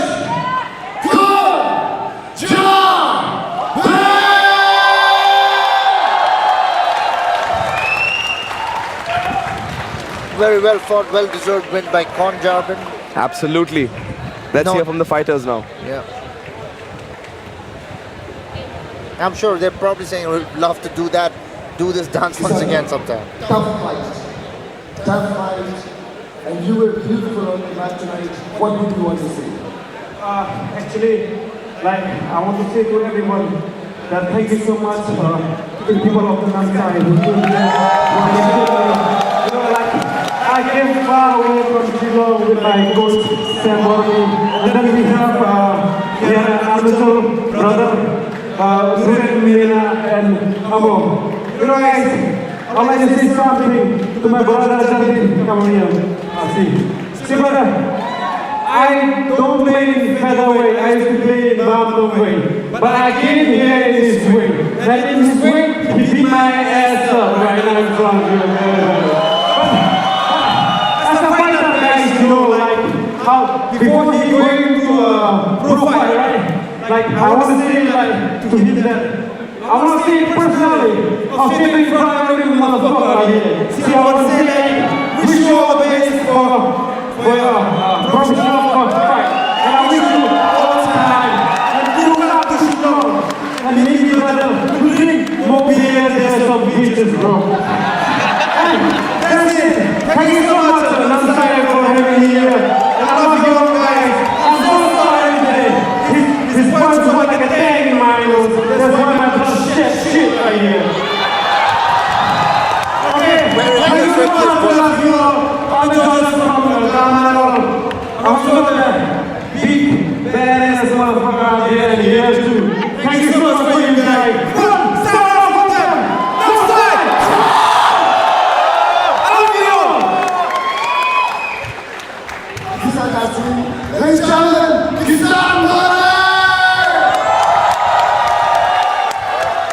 Very nicely put. Beautiful match. कुछ बोलना चाहते हैं? Hello everyone. मेरा नाम जारबिन है और जारबिन तरह से है हम अब्रस सुमंते एकेडमी में ट्रेन करता है और टीम में इंटर्स में भी ट्रेन करता है तो नारायण में और हम क्रॉस ट्रेन दिल्ली में भी ट्रेन करता है ये लोग हम रिप्रेजेंट करता है लेकिन मोस्ट इम्पोर्टेंटली हम अरुणाचल प्रदेश से हैं और हम जब तक अरुणाचल प्रदेश में खेलेगा हम हमेशा जीतेगा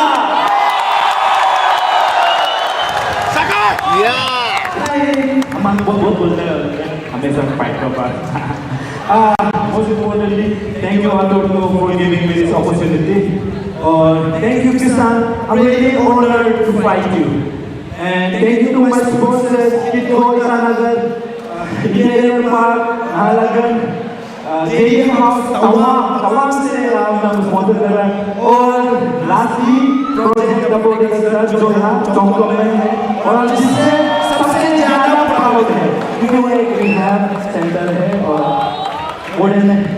honored to be sponsored by them. Thank you everyone. Ladies and gentlemen, come to Jarbin! That's the sweetest killer I've ever heard, like the nicest killer.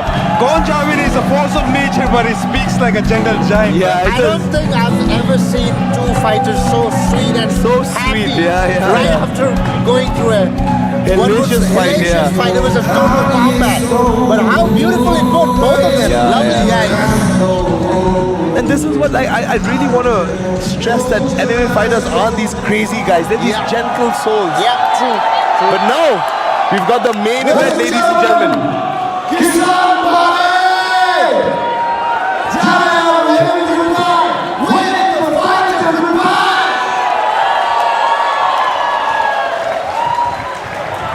Team Revolution, thank you for being a part of ATURTO every time. We love you. Our people are showing a lot of love to Kisan. And that's what sportsman and camaraderie is all about. I think that's the thing about fighting is you not only win the hearts through your fight, but with your words as well. And I think he did a very good job of it. Correct. Arunachal Express, and of course, ATURTO 2.2, powered by none other than Hotel Kinara. But, here's one beautiful thing. Our medical partner, Akom, it's not a clinical, fighters bleeding. Doctor, nurses are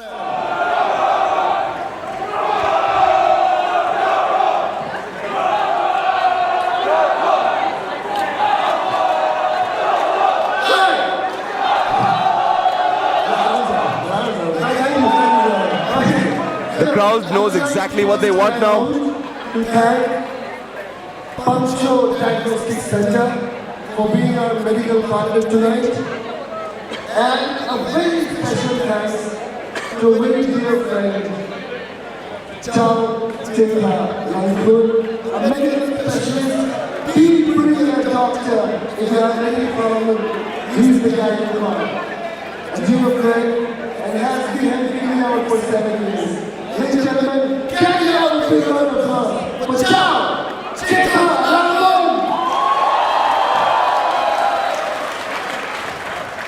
With that being said, I would now like to call upon the CEO of ATURTO, क्योंकि कुछ कहना है.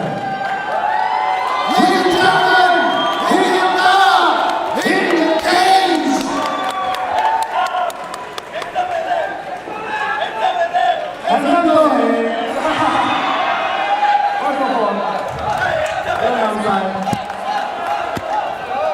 Thank you so much for from this Ramadan. और 10 दिन तक हम पूरा डर के बाकी टिकट सेल नहीं हो रहा है. हम लोग फील कर सकेगा कि नहीं, हम लोग सोचा था कि अगर ये होगा. लेकिन आज आप लोग सब को देख के हम लोग बहुत खुश हैं. Thank you so much for supporting us. आज हम लोग का ये अभी ना इधर हम लोग का जो माहौल है इधर थोड़ा सोल्ड आउट है तो thank you so much for that again इसको भी आज थोड़ा सा शॉर्ट रखेगा एक अनाउंसमेंट है लास्ट टाइम जैसा दिसंबर में नेक्स्ट आतुर्तो थोड़ा बड़ा से होने वाला है एक साल हम लोग का एक साल का हिस्ट्री में हम लोग अभी तक जितना ग्रो हुआ है उससे डबल ट्रिपल बड़ा होने वाला है तो प्लीज स्टे ट्यून दिसंबर में बहुत आप लोगों को बहुत कुछ देखने मिलेगा thank you I hope you are enjoying the night and I am excited for the main event thank you Ladies and gentlemen, Higyo Tarak! With that being said, Namsai! अरे थोड़ा जोर से Namsai! Namsai! Ladies and gentlemen, are you ready?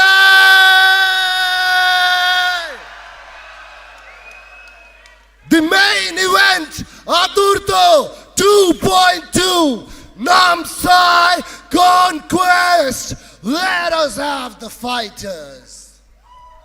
The main event of the evening. ATURTO 2.2 main event, Nazareth versus Jowkhum Dili Singpho. Nazareth Mizoram से है और अभी recently Guwahati में एक इवेंट में मेन इवेंट में 11 रवीरों को हराया था जो कि आतुर्तो में पहले खेल चुका है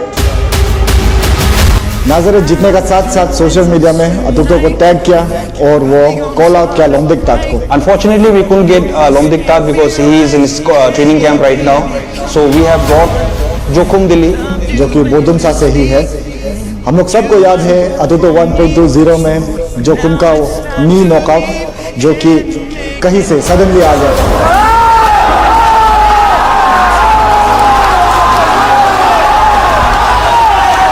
आई एम सो एक्साइटेड कि वापस ATURTO में आने के लिए ATURTO मेरा से इमोशन से बहुत जुड़ा हुआ है Tuna ka tungkol turi ang macam fighter tak aniya kung sana experience training experience nei thata ka ni ti ka siya e fight ka dei don ti ka shi thin ka fur em bema e to kon chua fight mu nam ta kon chu sak chau ka tin bot kan दोनों एक ऐसा fighter है जो बहुत साल से ये scene में है बहुत साल से एमेचर में खेल रहा है और बहुत साल से एमेचर में नाम बना रहा है e fight hi ka tan hi na koi mo em bema platform ye zo ami koi ka ti tu ami ka siya My mentality is to win, only win, just easy so straight. Second round, knockout.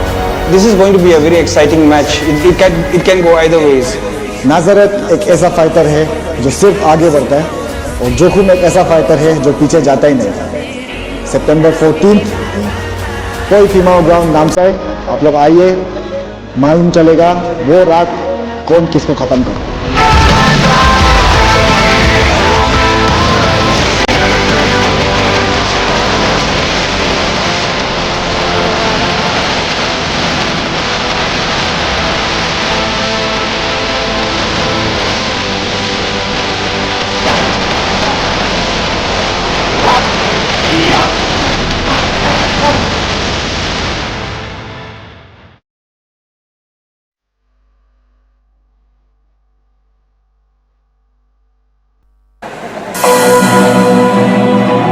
Ladies and gentlemen, we've got the main event now. Jowkhum Dili versus taking Nazareth Lalthazuala.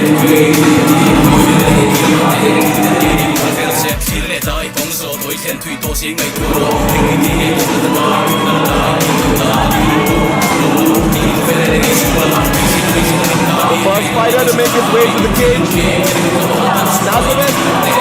So my goal, spoke to him in the morning and he talked to us about being a very well-rounded mixed martial artist, about MMA to UFC on television, and believes that fighting is in his blood. He loves to fight, and although one of the few reasons why he wanted to come in close to him is skills he has to do to fight. The way Nazareth stands, talks, speaks, acts, walks, he looks very focused on one thing. And he was telling us that he trains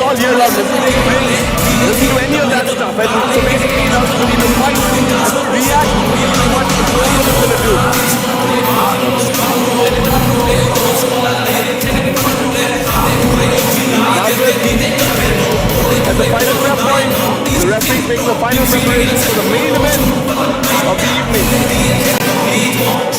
All our friends from Mizoram, do share the link with your friends in Mizoram and show them the Mizo Super Mix of the friends in Jubilee. Absolutely, man.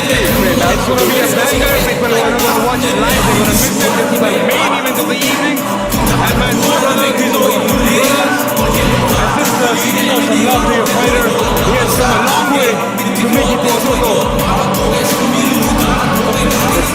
An issue with the gloves? I'm not sure if there's any issue with the glove, but the referee definitely is having another look. There's some issue with the glove. Probably the way the hand grabs at the time. Probably. It's going to be a problem later, so you know.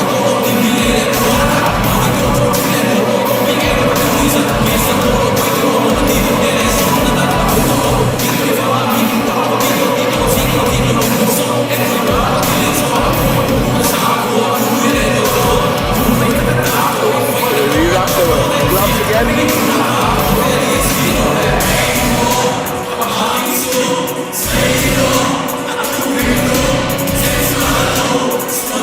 Yep, he's finally ready, making his way to the ATURTO cage.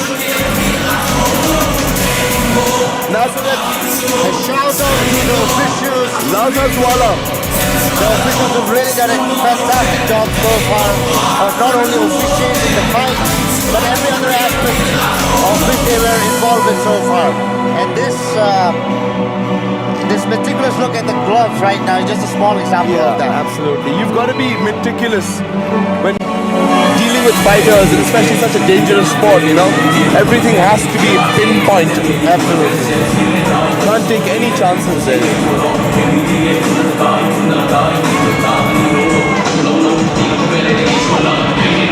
And Nazareth is so focused. I mean, he's jacked, like ripped. He is. But if you want to hear crowd response, you will not hear something like this ever again. Not for a long time at least. Yeah. But Jowkhum Dili making his way onto the cage. Here comes the final round, the fight for the final event. The local boy, the one for whom the crowd has really cheered and rallied for tonight. They are here to see their boy fight and triumph. Representing Abrasumente, Jowkhum Dili, Singpho. Like always, Jowkhum's walk-in is no stress walk-in. No stress. Easy and chill. Relax. From everything I've heard and seen about Jowkhum, he seems like a very calm, very focused fighter. He is. I mean, even in his last fight against Frankie Moment, he found the spot and took that, you know, and basically knocked Frankie out with a beautiful knee as he timed the takedown. Probably one of the most soft-spoken, polite persons you will ever meet in your life. But you put him in a cage, he turns into a different animal altogether. I saw that knee live. Yeah. And I couldn't read it. I had a 2-second delay after that knee like connected. It was because I didn't know what happened. It happened so quick. And to be honest, I've never seen anything like that. And even in UFC, one championship, I've never seen that kind of knee in any big fight. That was beautiful. He timed the takedown and basically took Frankie Moment's head off. Like the timing and the precision was on point. Makes his way to the cage, facing off against a very tough Nazareth.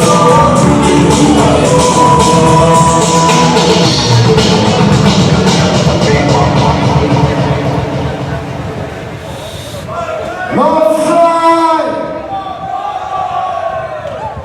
The main event of ATURTO 2.2 Namsai Conquest! Fighting in cage weight category, fighting out of blue corner from Team Joseph, Nazareth Lalthazuala. And the son of the soil, fighting out of red corner. From Abrasumente,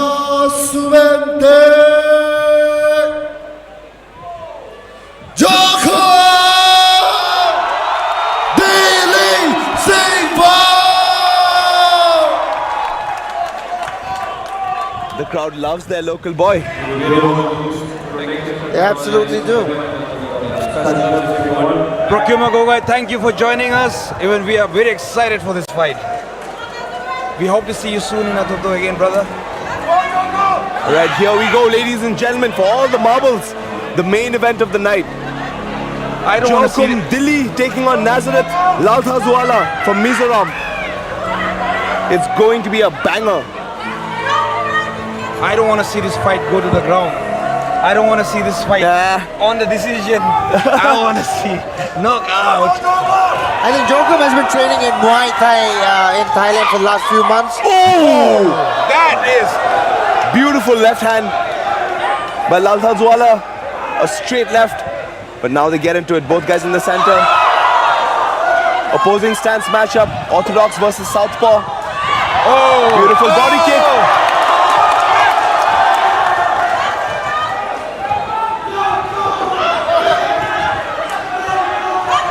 Both fighters feeling each other out.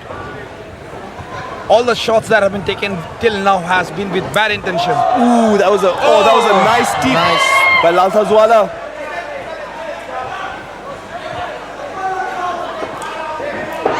Nice body kick. Both these guys are going at it like Lalthazuala showing no fear. Moving forward, laying punches, kicks. They don't want to go to the ground. No, clearly looks like they don't want to go to the ground. Not this early in the game at least. Test themselves, each other out, and standing up. Feel each other out on the feet. A little bit.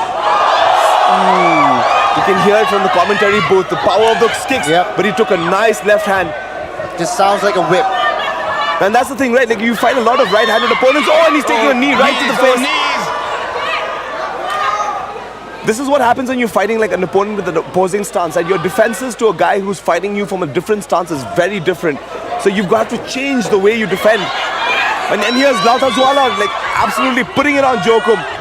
The Mizo fighter is not holding back much. Yeah, he's not. He's coming to win this fight. Absolutely. He's not intimidated by Jowkhum, not by his reputation, not by his skill set. He's just coming here to take the fight to Jowkhum. Absolutely. Beautiful uppercut and another knee. Beautiful head kick. I mean, Lalthazuala is aggressive, Prem. He's aggressive. Just the way Tarak told during the interview. I think he might be rocked. He might be rocked. Jowkhum might be rocked. Taking another knee to the face. Those flying knees would do some damage if they connect. He's finally looking to take him down. Jowkhum had to change. He had to change tactics. Yeah. Lalthazuala was a little too aggressive. He was just...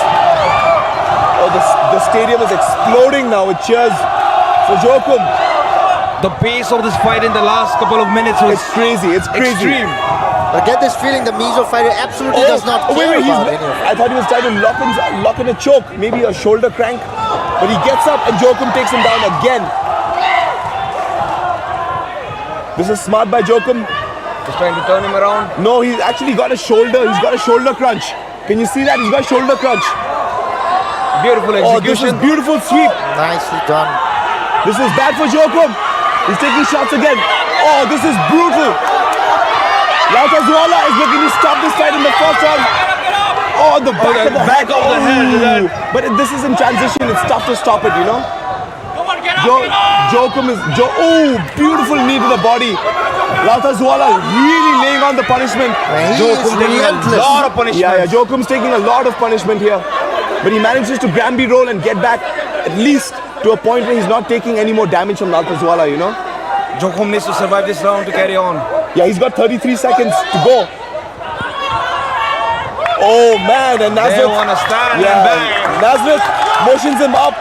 Jowkhum looks a little wobbly on the feet. Sanju, is this what you wanted? Well, not exactly with how the fight is going against Jowkhum, perhaps, but I'm loving the intensity. And the Mizo fighter is just... Oh, another one. Jowkhum looks a little rocked. Lalthazuala is not slowing down. Those knees. Lalthazuala Saved by the bell, I would say. Saved by the bell. Yes, that's probably the most appropriately used term. Man, he is aggressive. Lalthazuala is a ball of aggression. Like, he's not showing any signs of moving back. The entire fight he's moved forward. He's laid on punishment on Jowkhum, taken him down, ground and pounded him. I mean, I hope Jowkhum has more in him to come back in the second round. Sure hope so. I feel like the maximum amount of damage Jowkhum has taken was with the ground and pound. Yeah, he took a lot of punishment in the ground and pound. As we could see from close up, there was a couple of shots back to the head. That happens unintentionally. Unintentionally, that happens. You can't blame a fighter for that. But what I really like from Lalthazuala is in the scramble, he hit him with a knee to the body. You very rarely see that, and that discombobulates guys. Right, you blast them with a knee to the body at that position, they're not expecting it. It crushes them. Very smart strategy from Lalthazuala. I really like his fighting style, man. Nazareth is quite... He opened the round with a straight left. Yeah, I mean, he's a bad dude. You can see the conditioning on Lalthazuala. He's ready to go. Second round, Jowkhum versus Lalthazuala. Lalthazuala is not a type of fighter who measures you. He comes and plays his game. Yeah, he just comes to destroy. Like, this kid's a bruiser, man. He has absolutely no regard for the local crowd or the local fighter, right? He's here to destroy. Yeah, he's here to destroy. He's here to win. The fact that he's not at all intimidated. He's not. That's got to be a little bit pressing on his opponent. Yeah, that flying knee entry was great. He basically closed the space, got Jowkhum to raise his hands and just dropped a few punches there again. Jowkhum's looking a little worse for weight, takes another straight left. Lalthazuala being a very, very good sportsman. Absolutely, he's giving Jowkhum the space to kind of just recuperate when he needs it, but right after he comes back with the aggression of a pit bull. Yeah, he does. He's incredibly aggressive. Another beautiful uppercut, right hook, another uppercut. Jowkhum is having a hard time dealing with just the pressure of Nazareth, and Nazareth is not letting him off the hook. Like, he's not giving him space to breathe. Absolutely, Jowkhum must be... Another uppercut, another left hand. How does he counter this? This flurry of punches and kicks. This is a beating, like... Lalthazuala is going to stop him now. Yeah, this is a beatdown. I think this is over. I think so. Jowkhum has had enough. Yeah, this is over. This is over. What an incredible win by Nazareth Lalthazuala. The man from Mizoram has come in and upset Jowkhum Dili in the main event. A completely dominant performance. No question whatsoever. Completely dominant. Happens to be a total beatdown. Yeah, this is a beatdown, man. This is a real beatdown. This is probably one of the worst things that Jowkhum has ever had to probably face. Yeah, this kid is for real. Nazareth Lalthazuala, guys, remember the name. He's dangerous. He's a bad dude. Remember this guy. He's coming. That's a bad dude. He's like a diesel engine, steam engine coming in and never backs out. Dude, that's a huge upset. But all credit to Nazareth Lalthazuala. Came in, no hype, nothing, and just crushed Jowkhum. The local crowd is stunned. Yeah, they're stunned. They're absolutely stunned. Probably a little disappointed as well. But Mizoram. The performance of the Mizo fighter, there could never be any doubt. It had to go end this way. Mizoram, give it up for your boys. We can visibly see a lot of disappointment in the audience, but anyhow, it's a fight game and always the better man wins. Life happens. And tonight, Lalthazuala proved that he's the better man. Yep. He even took a chance to give space to Jowkhum to come back and recover. But the beating in the first round, I feel like it was too much. Yeah, it was too much to come back from. I mean, right from the first bell, like when he landed the left hand, I think the precedent was set. Like, this guy wasn't going to back up, like, you know. What an outstanding performance by Nazareth Lalthazuala.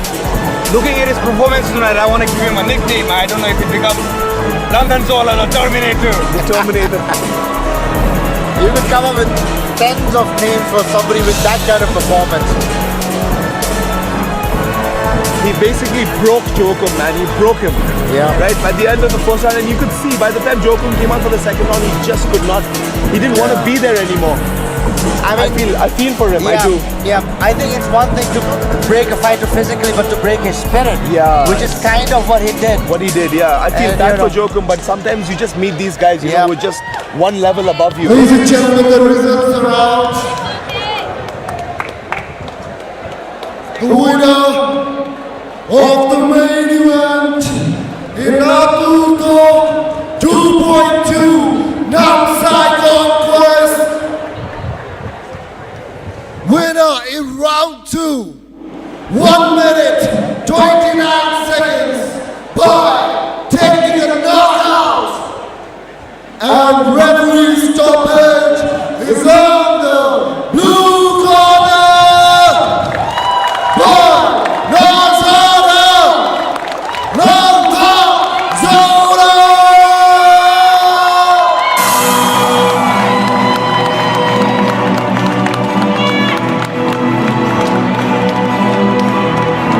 Jowkhum is heartbroken, as you can see. You can see he is heartbroken.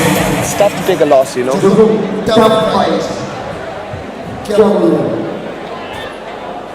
Coach Nimon, I will be back soon. First, I'm gonna fix my fucking shoulder, and I will be back, and I'm gonna whoop everyone! This is not the end. And congratulations to Brother Nazareth. You did all simply put an amazing performance. I love you, bro. It was good. Yeah. Good fight, brother. Ladies and gentlemen, Jowkhum Dili Singpho. All right, thank you, Jowkhum. Nazareth, main event. You won. Beautiful fight. Technical knockout. What do you want to say? Drop 50 G's, baby! Apa sabarin? Arunachal ni puite kapag jowi. Tinulong tagili lo tu kesoya. ATURTO next level. Kele yeturi. Kalau dua cahaya. Arunachal ni puite. Ay bulege tu dia. Rewe. Thank you for showing up. Thank you, Tarasta, for everything. And I want to fight again on the next ATURTO. And I hope to see you guys again. Thank you so much, guys. Ladies and gentlemen, Nazareth Lalthazuala. You can see he's on a different level altogether. He's not even ruffled. He was. I mean, even right now, post-fight, he's not even ruffled. Mr. Tanaboy and Tokukongo for sponsorship. Thank you so much. Thank you, guys. Hey, can I add something? Everyone wants to see a Diorimo versus Nazareth in the comment section. What are they saying? They want to see? Ladies and gentlemen, Nazareth versus Diorimo. Diorimo, are you ready? Let's hope this happens, people. Let's hope this happens. Hey, nice. Thank you so much for joining us, ladies and gentlemen. This has been ATURTO 2.2. For me, Andrew, Sanju, and Prem, we wish you guys a very, very good night, and hopefully we'll see you again in December.